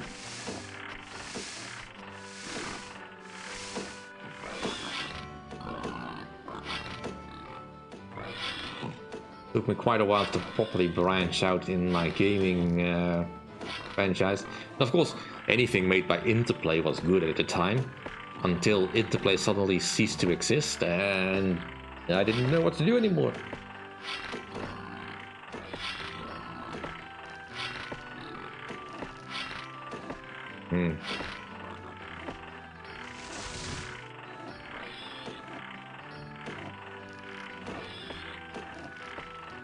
Yeah, I don't think I have that wide a selection, but then again, keep in mind I also had not much access to a wide selection of games.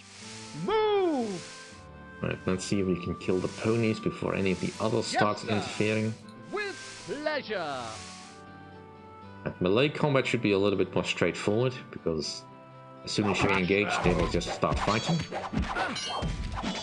And we should have a slight advantage against the ponies.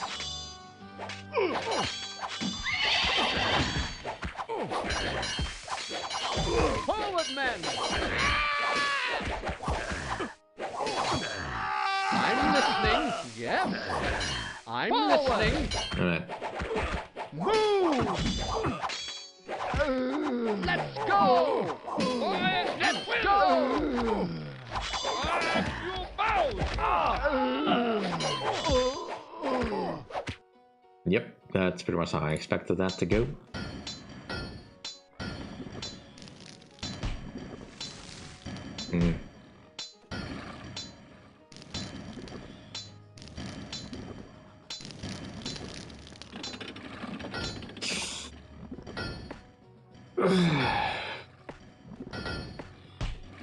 Well, that does sound like a very good one. I mean, the way I got Baldur's Gate was particularly weird. Because it came as part of a set of games that had nothing to do with each other. On a... it was already a DVD at the time, I believe, that compressed these 5 discs of Baldur's Gate into one.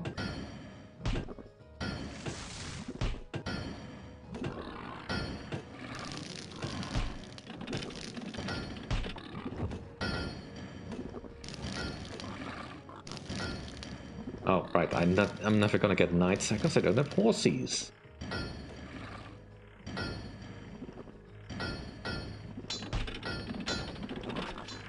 I need stables.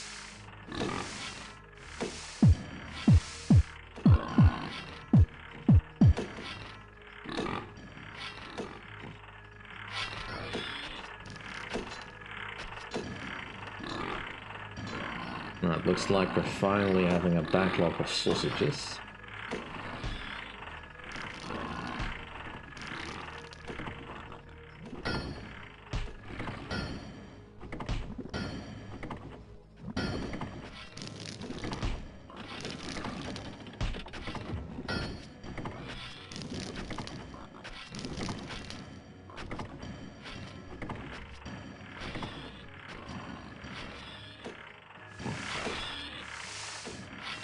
I did say that I'm operating on only 4 hours of sleep.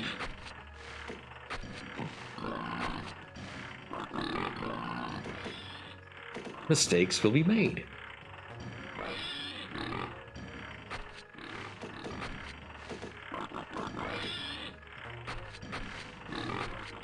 You know, to be honest, if at this point I could just get knights by banging 2 coconuts together, it would be so much better. Listening. Alright, fine, feed the scout.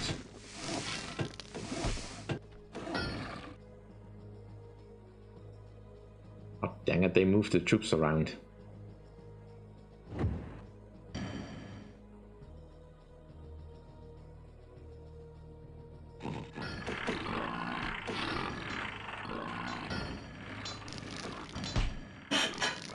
Yeah, Planescape Torment.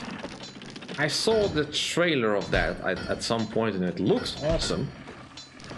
I had no idea what that game was all about. Didn't help that it was, I think I saw the trailer in conjunction with Lands of Lore 2. So I had a total misconception on what that game, on what the link was between those games.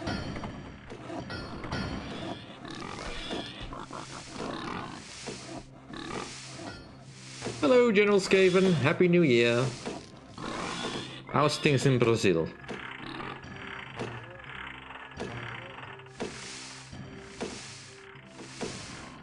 Hopefully things have settled down over there as well.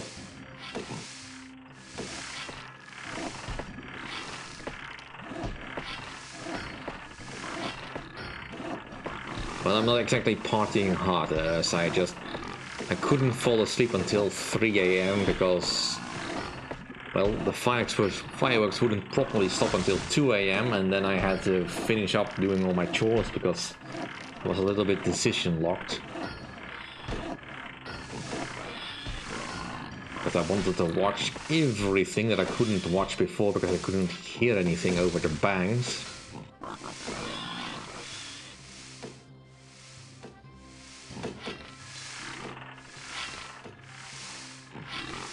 Not that the fireworks was not all that loud, but just very distracting.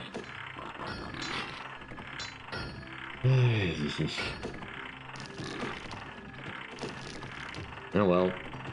I can always hope that my government finally grows some balls and actually bans the fireworks. They will not, but I can always hope.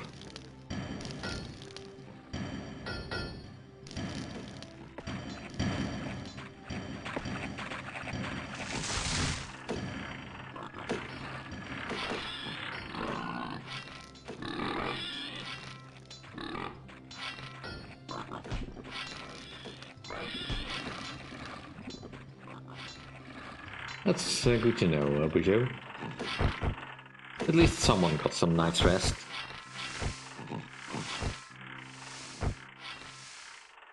Yeah. Old Year's Eve is always something of a spectacle here. And since this is one of the first years that we could do it without the threat of COVID hanging over us, people wanted to celebrate it probably a little bit more exuberantly.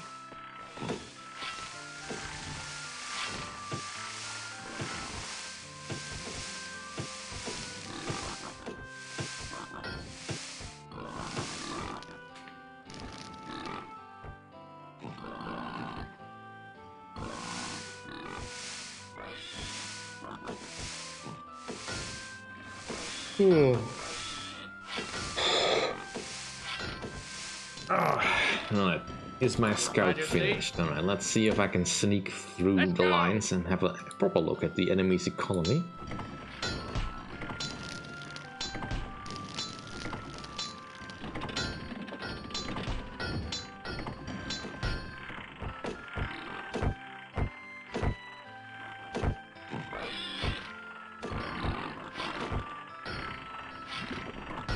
I probably still need more stuff then.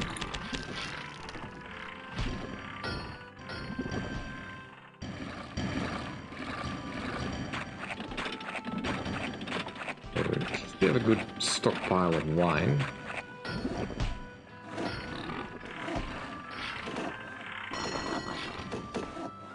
Just the fish that I don't have.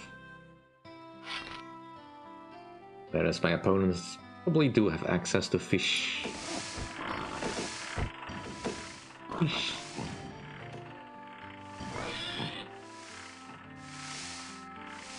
It's probably a good thing though that I'm a little bit too tired. At some point my brain came up with the idea that I probably start this stream singing. And while I wouldn't have minded doing that, probably not a good idea to do. Elden Ring, probably never. Terra Invicta, maybe, once it's finished. Once I have watched enough of Tortuga to see how the system works. Maybe watch Perun, see how he does it.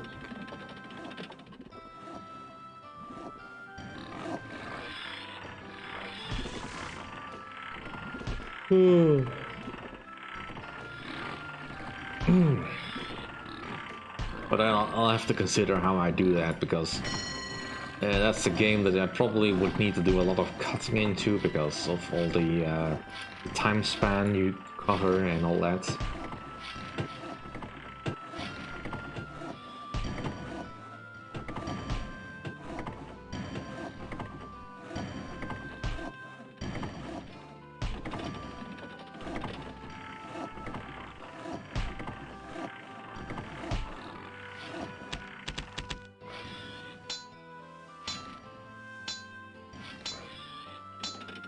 Don't tempt me.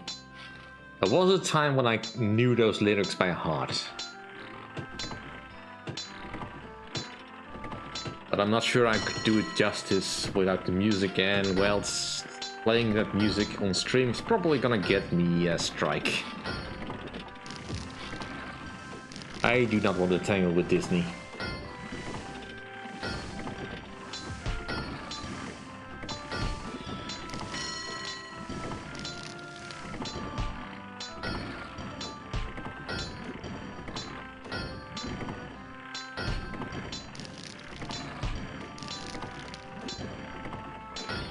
Hakuna Matata. Such a wonderful phrase. Yeah, no, let's not do that.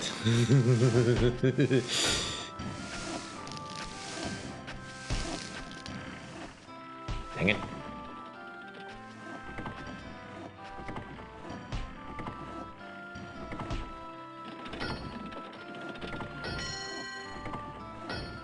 Yeah, you just use exclamation marks if you want to make sure that it shows that you are shouting it. Yeah, the stream elements doesn't like caps because of bots and all that. Sorry about that, Joe.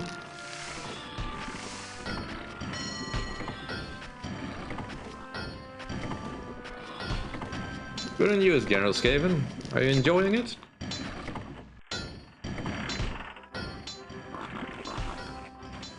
Be prepared.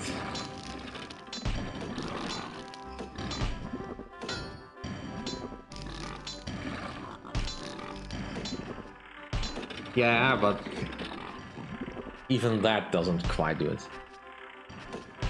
Ugh, it's been too long for be prepared. I don't know about that. That's alright, Joe.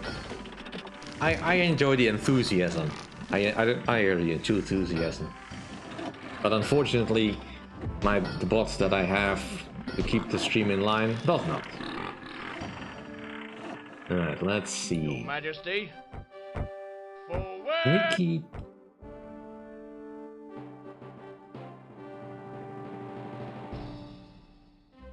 Will they move? They will not move. They will not move. And alright, so March. they are still expanding. Into the battle. No, stop! No fighting. March. March. Let's go. Alright, so they do have a barracks. Follow me. Now, they are actually recruiting troops, but they're only doing so now, apparently. March. March. No fighting! Stop fighting! Move. Let's go. March. Forward. Move. Stop fighting! March. Move. And now you're locked in. Dang it.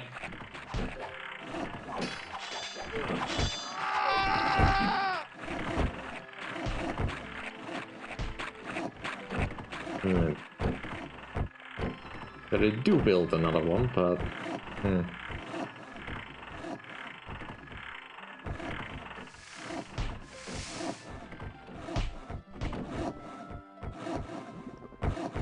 Yeah, I don't see how this is more efficient than what I'm doing.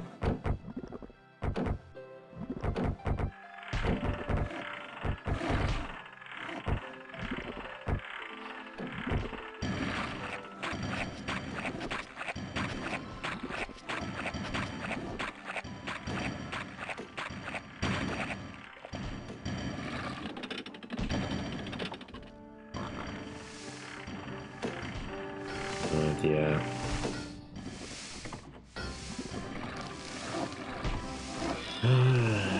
That was such a great time.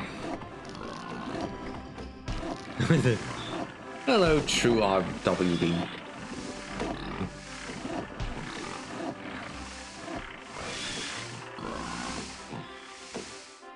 Oh, right, we need an animal handler.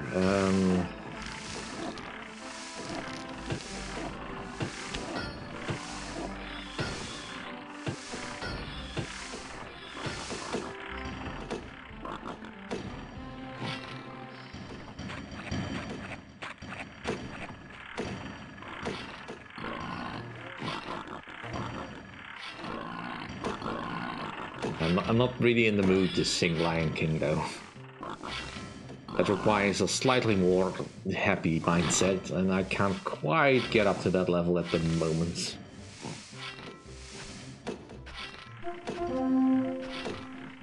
Well, hard is a difficult word to say. It is very convoluted in an economy and keeping everything flowing smoothly.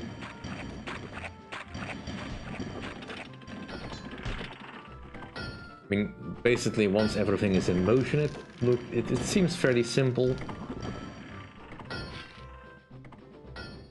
Just like Settlers with extra steps.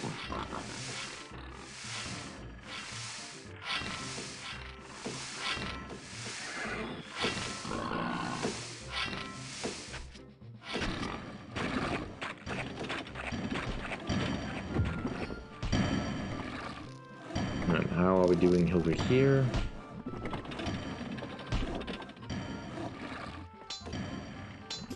And of course the recruits that are inside are now leaving because they are hungry.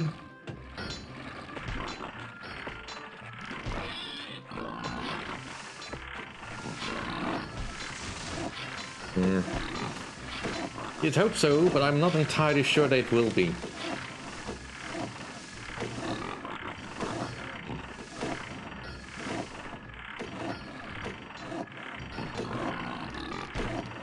Yeah. I mean, I expect the campaign, if it has any military encounters, that it starts you off with some troops and then force you to either go through some enemy troops or essentially do defensive stuff, wherein you build an economy while you try to hold off the enemy as best you can. Because starting out from nothing to conquer an enemy, that seems like it's gonna be very painful. And considering Green is only just now starting to get up to barracks and this is potentially an armory. And they just built the horse breeder as well.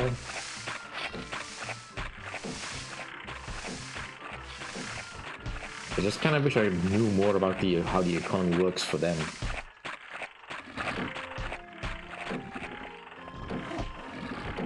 Most of their people seem to be idle. I mean, the weapon maker obviously is not, but the bakery seems to be very idle. They also have multiple inns,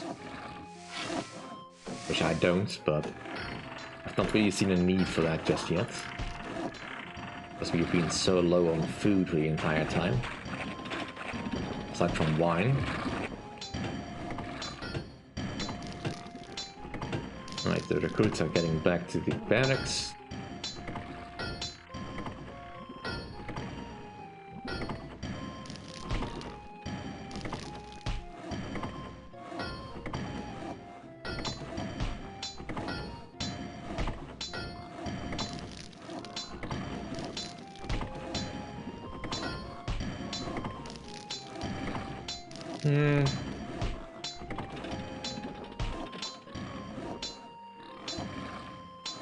Well, that would require an entire rethink of the combat system in Total War, wouldn't it? I mean, it's not like you could use Napoleonic tactics or medieval tactics of for the ancient world tactics in a World War II simulator game.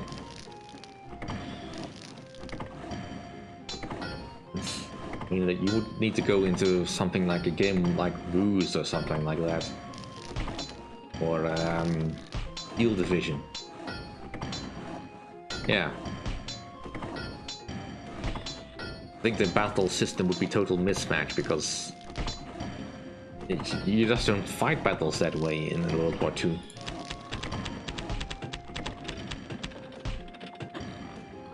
No matter how many mods they make for Europa Universalis 4 to set them in modern age.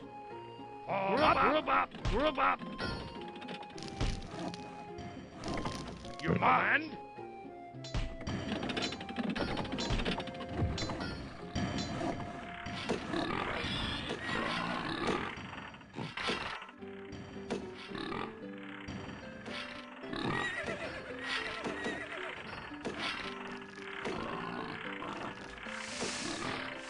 Yeah, that would be a World War One simulator, although, as we can see from the battlefield of Ukraine, what's old is new again.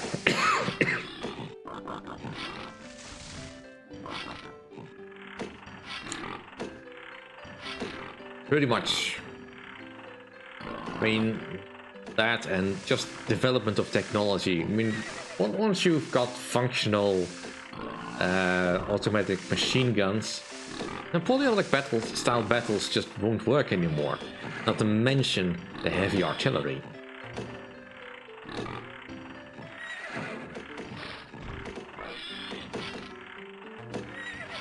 I mean, that was kinda amplified by how the battles evolved from the start of the American Civil War, I believe. Where they started out more or less similar to Napoleonic tactics and evolved into a proto-World War I style battle system near the end.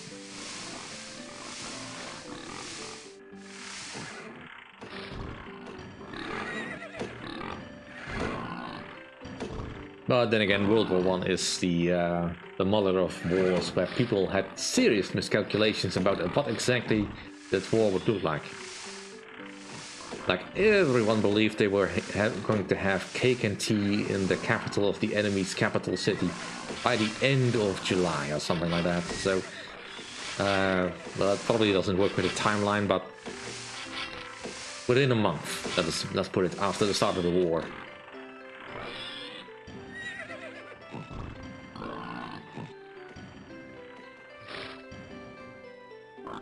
And then by Christmas, the war still wasn't over.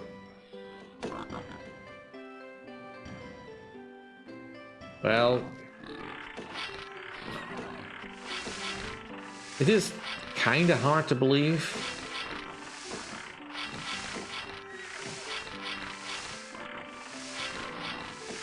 But that's sort of more because it involves politics.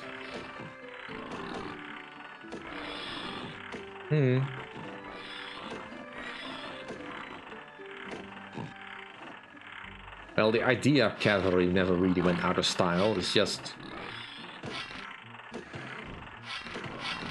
the effectiveness of cavalry changed a whole lot, because it was no longer simply running into the enemy's cannon line and sabering down every gunner that you could find. Especially not once the cavalry got some guns on them. But it also depends a little bit on the battlefield, I suppose. I mean, on battlefields where you are not entrenched, where you do not have heavy artillery, per se, cavalry could still work, sort of.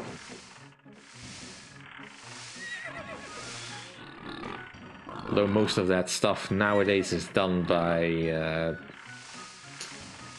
probably by IFVs, maybe AFVs, and helicopters most likely.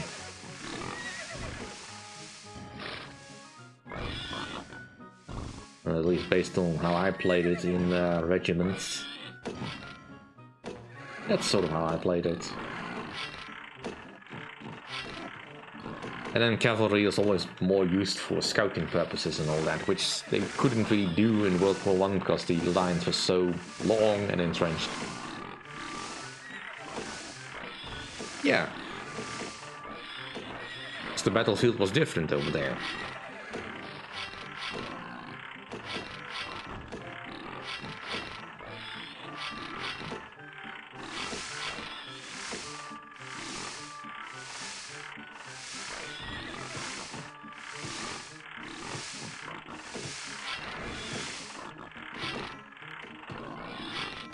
Well, sort of. I mean, tanks are not the end-all be-all of a battlefield. They can be taken down. Even the tanks in World War I were not unstoppable behemoths. They could get stuck very easily, they broke down easily, and if you hit them right with an artillery shell, they will come apart.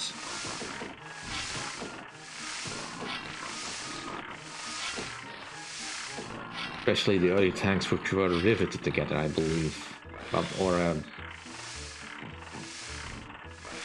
screwed together? Well, a fastening system, at least that would unwind itself if you hit it with something heavy. But even in World War II, it was mostly an infantry war, as I understand it. Sure, tanks had a more prominent role, but they did not design battlefields by themselves. They would be very efficient at breaking enemy lines and attacking rearguard stuff, finding enemy command posts and all that. But you'd still need infantry to do the mopping up and doing the main body of fighting. So, best we not overestimate the nature of tank warfare.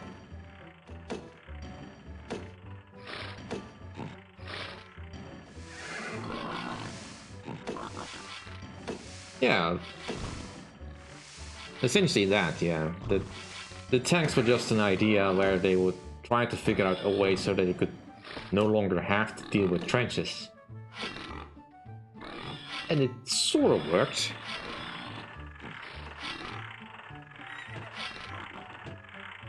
Yeah, well, in both cases you still need infantry. But because while a World War I tank could theoretically cross no man's land and maybe clear a section of trench, you'd still need infantry right behind it in order to take the trench.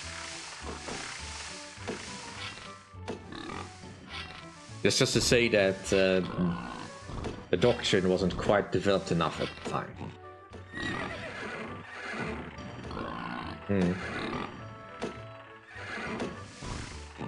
But then, again, even in World War II there was still some weird developments, kinks, as I understand it. As in, there was the idea of a cavalry tank and a infantry tank. Because the cavalry just kind of didn't want to give up their horses. Even though they were no longer combat effective at the task they had before. And are we getting any horses? We have one horse. Woohoo! Right, probably get some recruits in there.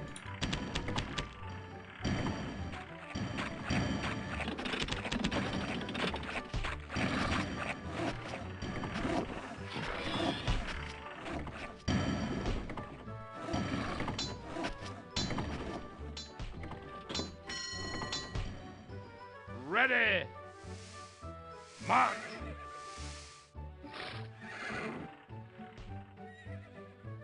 Right, let's see if my crossbows are effective.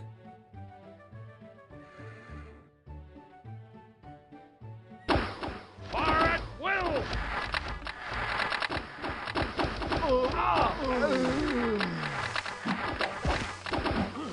Into the battle!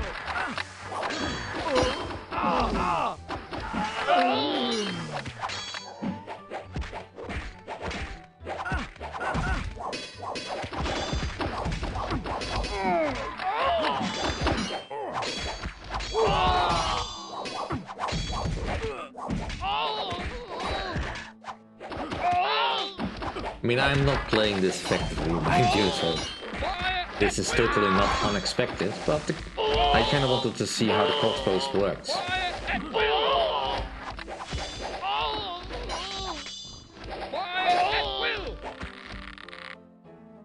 Quite effective. They still need melee cover though, so.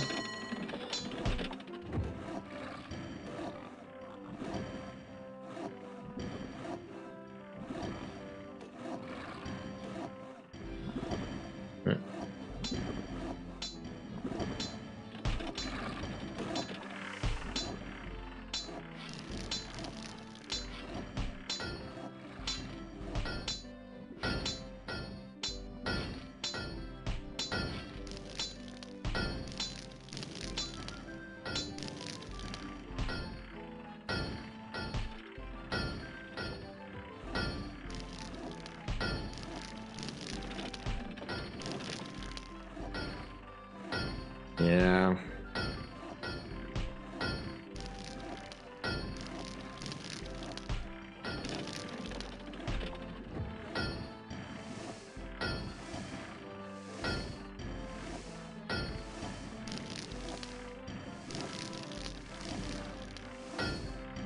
Essentially, yeah. I mean, any combat platform will be uncomfortable long enough.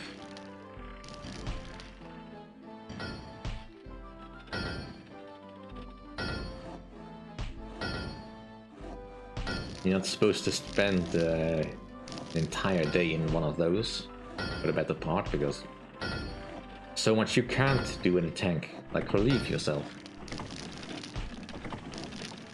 I suppose.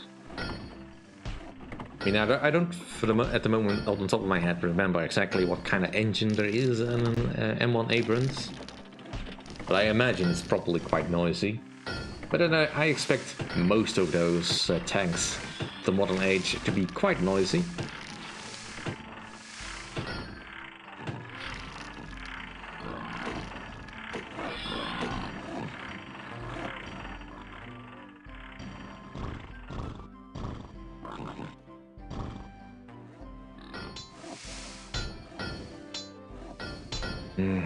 Yeah, it doesn't look like we're gonna get very far. Maybe if I had, you know, properly portioned out the amount of damage I could do.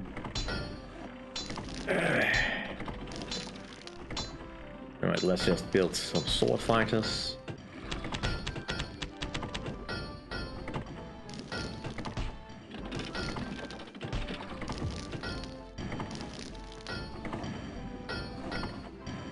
Ready?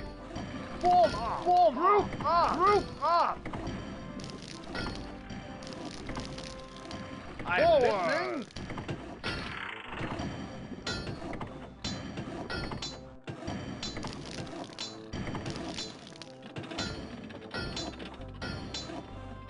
Yeah. I mean, any tanker in currently in service in Ukraine or Russia for that matter, that's probably hell. Especially once they start considering bringing out even older models, like any T-55s they have left, if they are still functional. And of course the joke, whenever they bring out the T-34.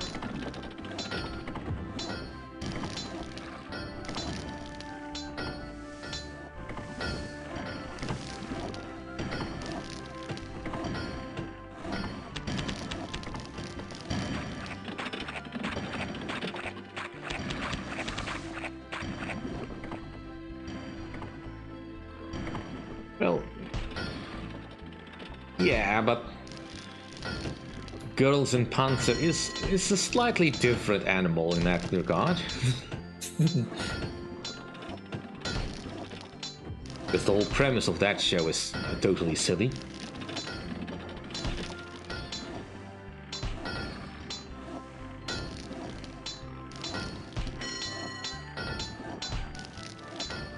Yeah, very old school. I mean, also a little bit silly because I don't believe that Russia has themselves got any T-34s left unless they are still in museums or anything. So if they have to bring them out for the parades, they usually have to borrow them from someone else.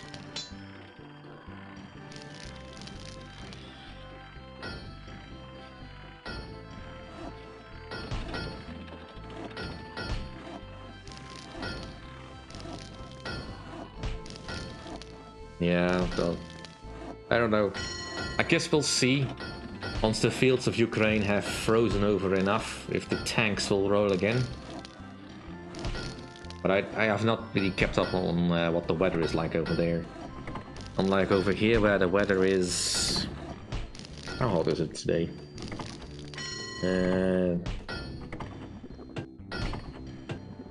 12 degrees centigrade. Rainy.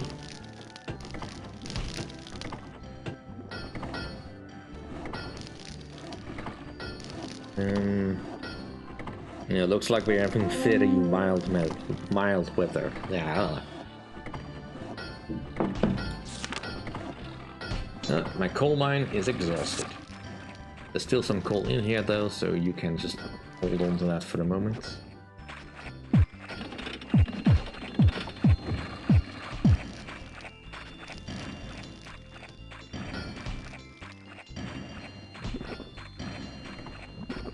Well, it's mostly Ukrainian fields get very muddy during the fall season, So essentially no vehicles get through there, can really operate effectively.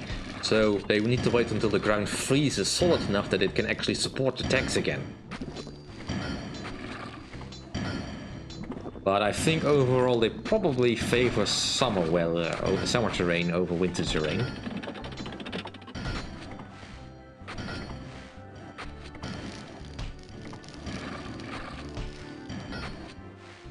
Yeah, none of the armies really functioned all that well in Ukraine when it was the rainy season.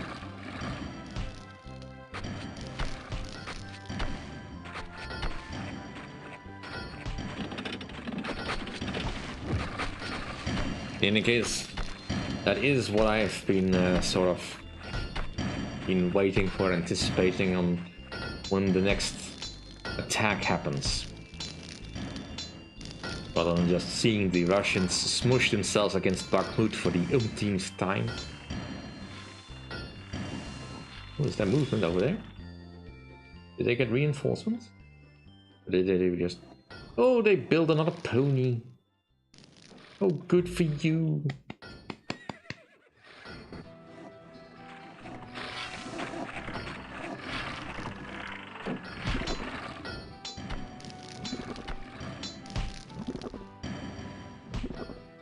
Right, you have completely depleted, so we can remove.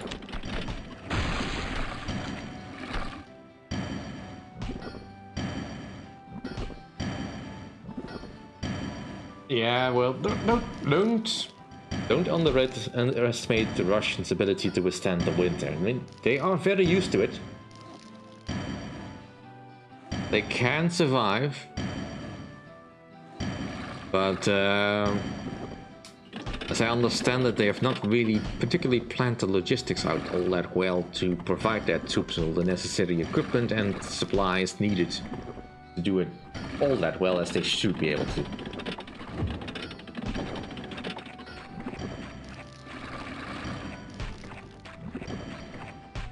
Well, it's not Russia specifically that's attacking in Bakhmut. It's mostly the Wagner PLC. As I understand it, at least.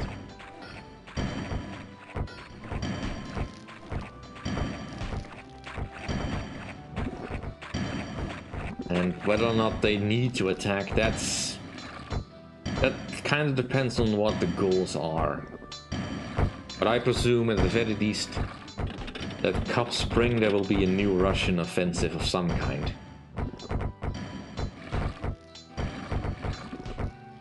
Once they believe that it's cleared up enough and that they've got their supplies back in order, if they ever do. Big if there.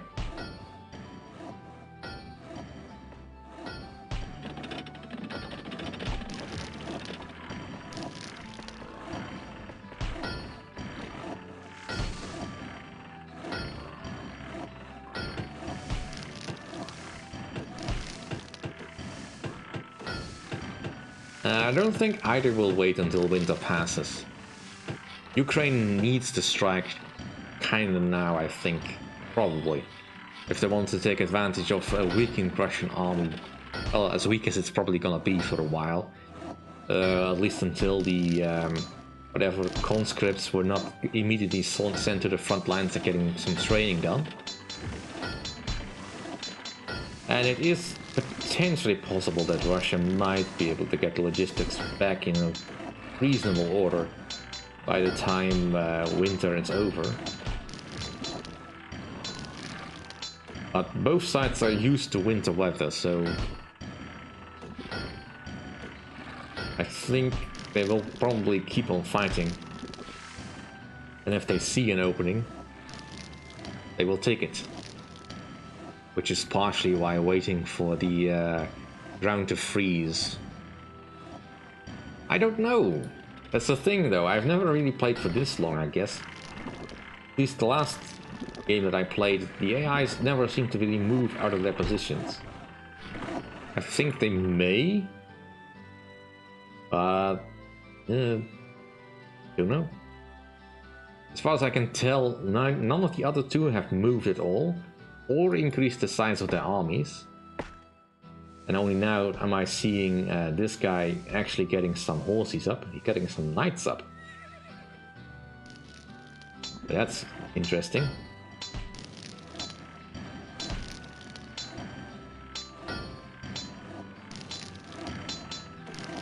But we are nowhere near ready for knights if I don't remember to actually, you know, build the horse and the stables a little bit sooner. But I'm also not really all that high on supplies. I mean, I've got plenty of leather, plenty of stone, plenty of wood, but not food. I'm not entirely sure why I'm so low on food now. I mean, aside from wine, of course. I don't think I'm ever short on wine just yet.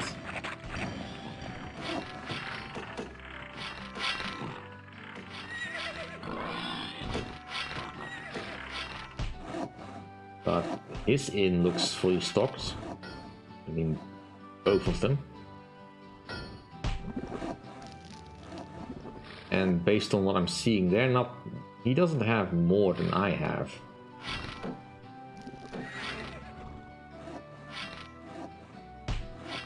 Which leads me to think that the enemy is cheating a little bit.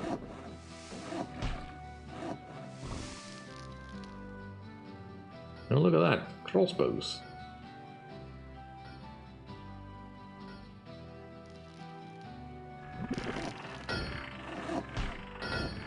Yeah, the enemy is definitely building up.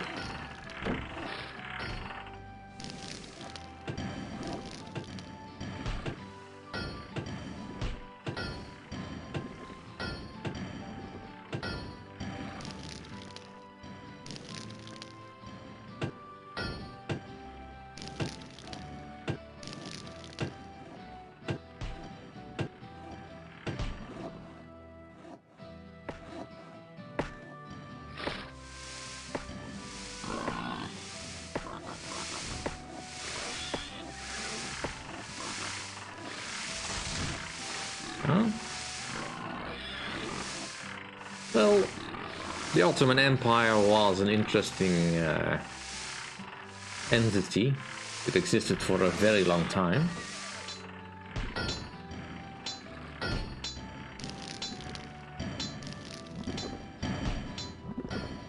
Even if mostly nowadays it is only remembered as the sick man of Europe.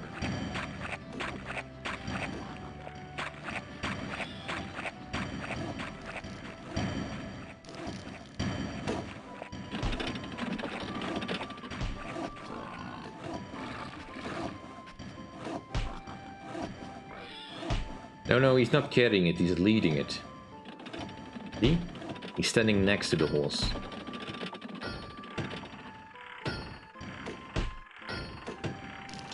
The physics are not quite so silly in this game.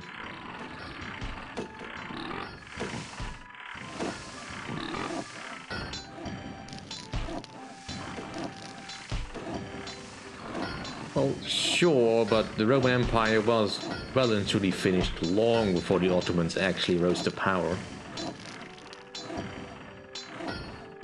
I mean, there was a brief period after the Fourth Crusade, I believe, where there was no such thing as a really as a Roman Empire. I think.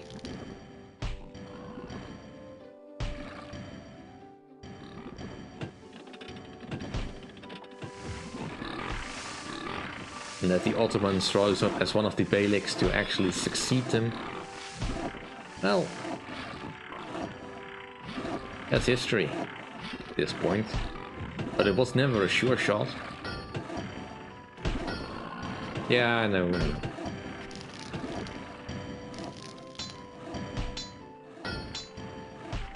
I think I'm gonna try one more strike once we have enough for the for another set of crossbowmen.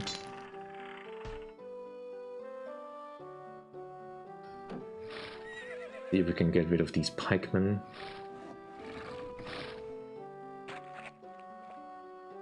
They're even bringing in swordsmen over on this side. And archers? Those arches? They don't look like arches.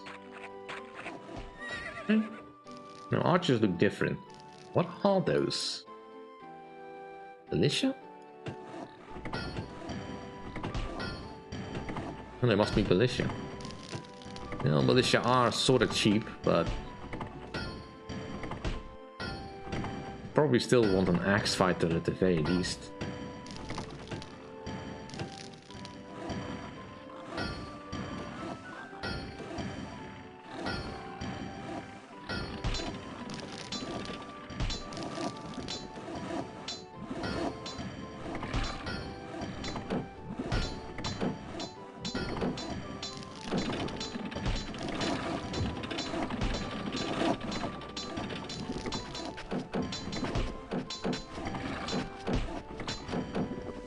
May as well give you something to do then.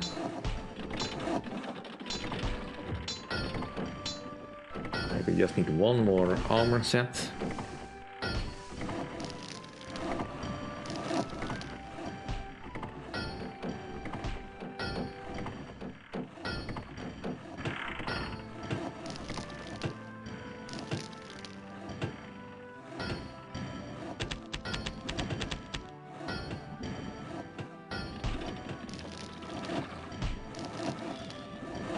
Yes. Form up. Form up. You mind? Yes. Let's go. I'm listening. You mind?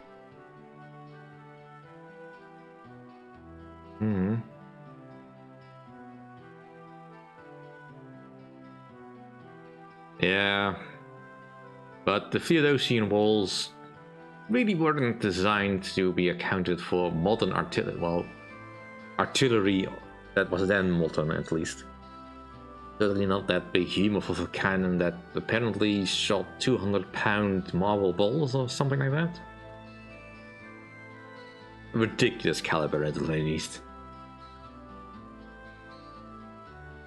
Yeah, but even so, I mean, once the Empire was down to just Constantinople,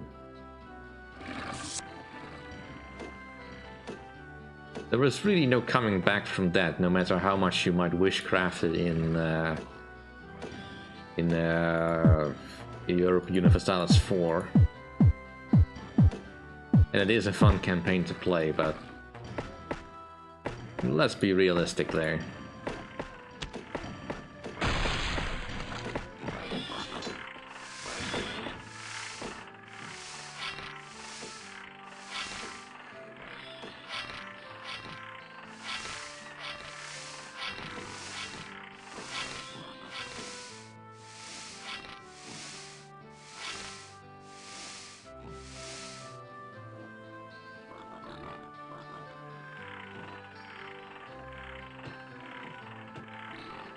Yeah, that's some very innovative tactics, yeah. It also does make me wonder, how effective is a chain in the river or an outlet to stopping ships?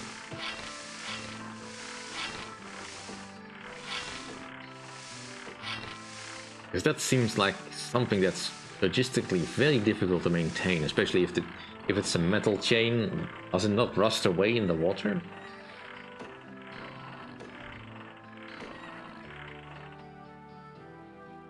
I mean, probably not really. Your command? March. I'm probably overthinking the whole situation though. That's... I'm listening. Forward! One final strike, see if we can make a breakthrough. Your command? Move!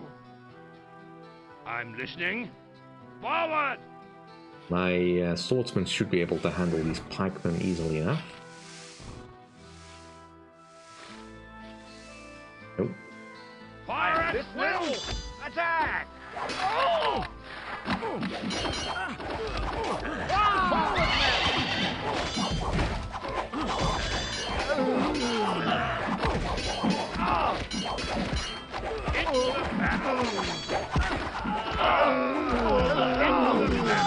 Into the battle!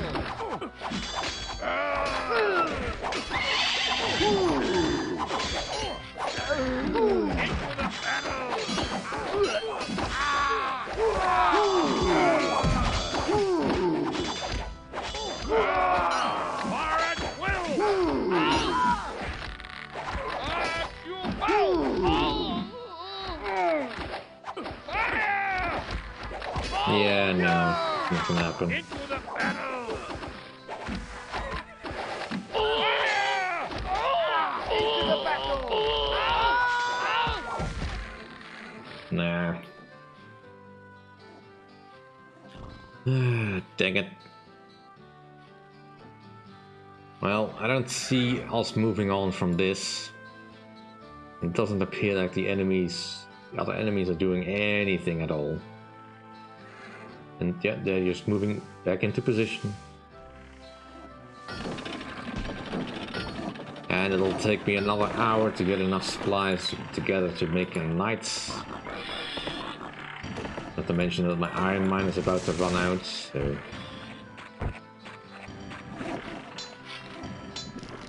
Yeah. That's part of why I believe this is definitely meant to be a rip on the Settlers. Because that's sort of how they died in Settlers 2, I believe. I don't know about Settlers 3 because I never played that one.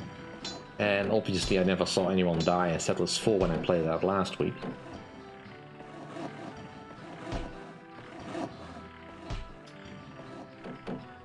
Alright, well... I think I should just accept my loss.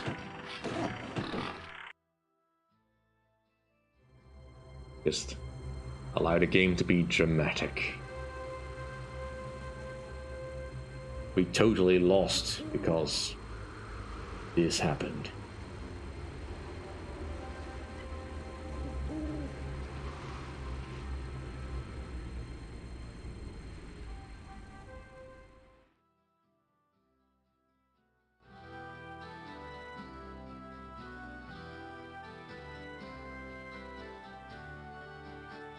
Well, you know, our losses against our defeats is not nearly as bad as I thought it would be.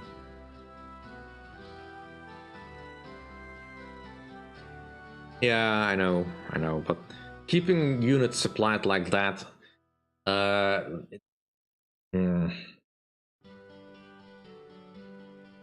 it was just never gonna happen because I could never build an army of a proper size with the supplies I had. I was barely able to keep my people supplied as it was.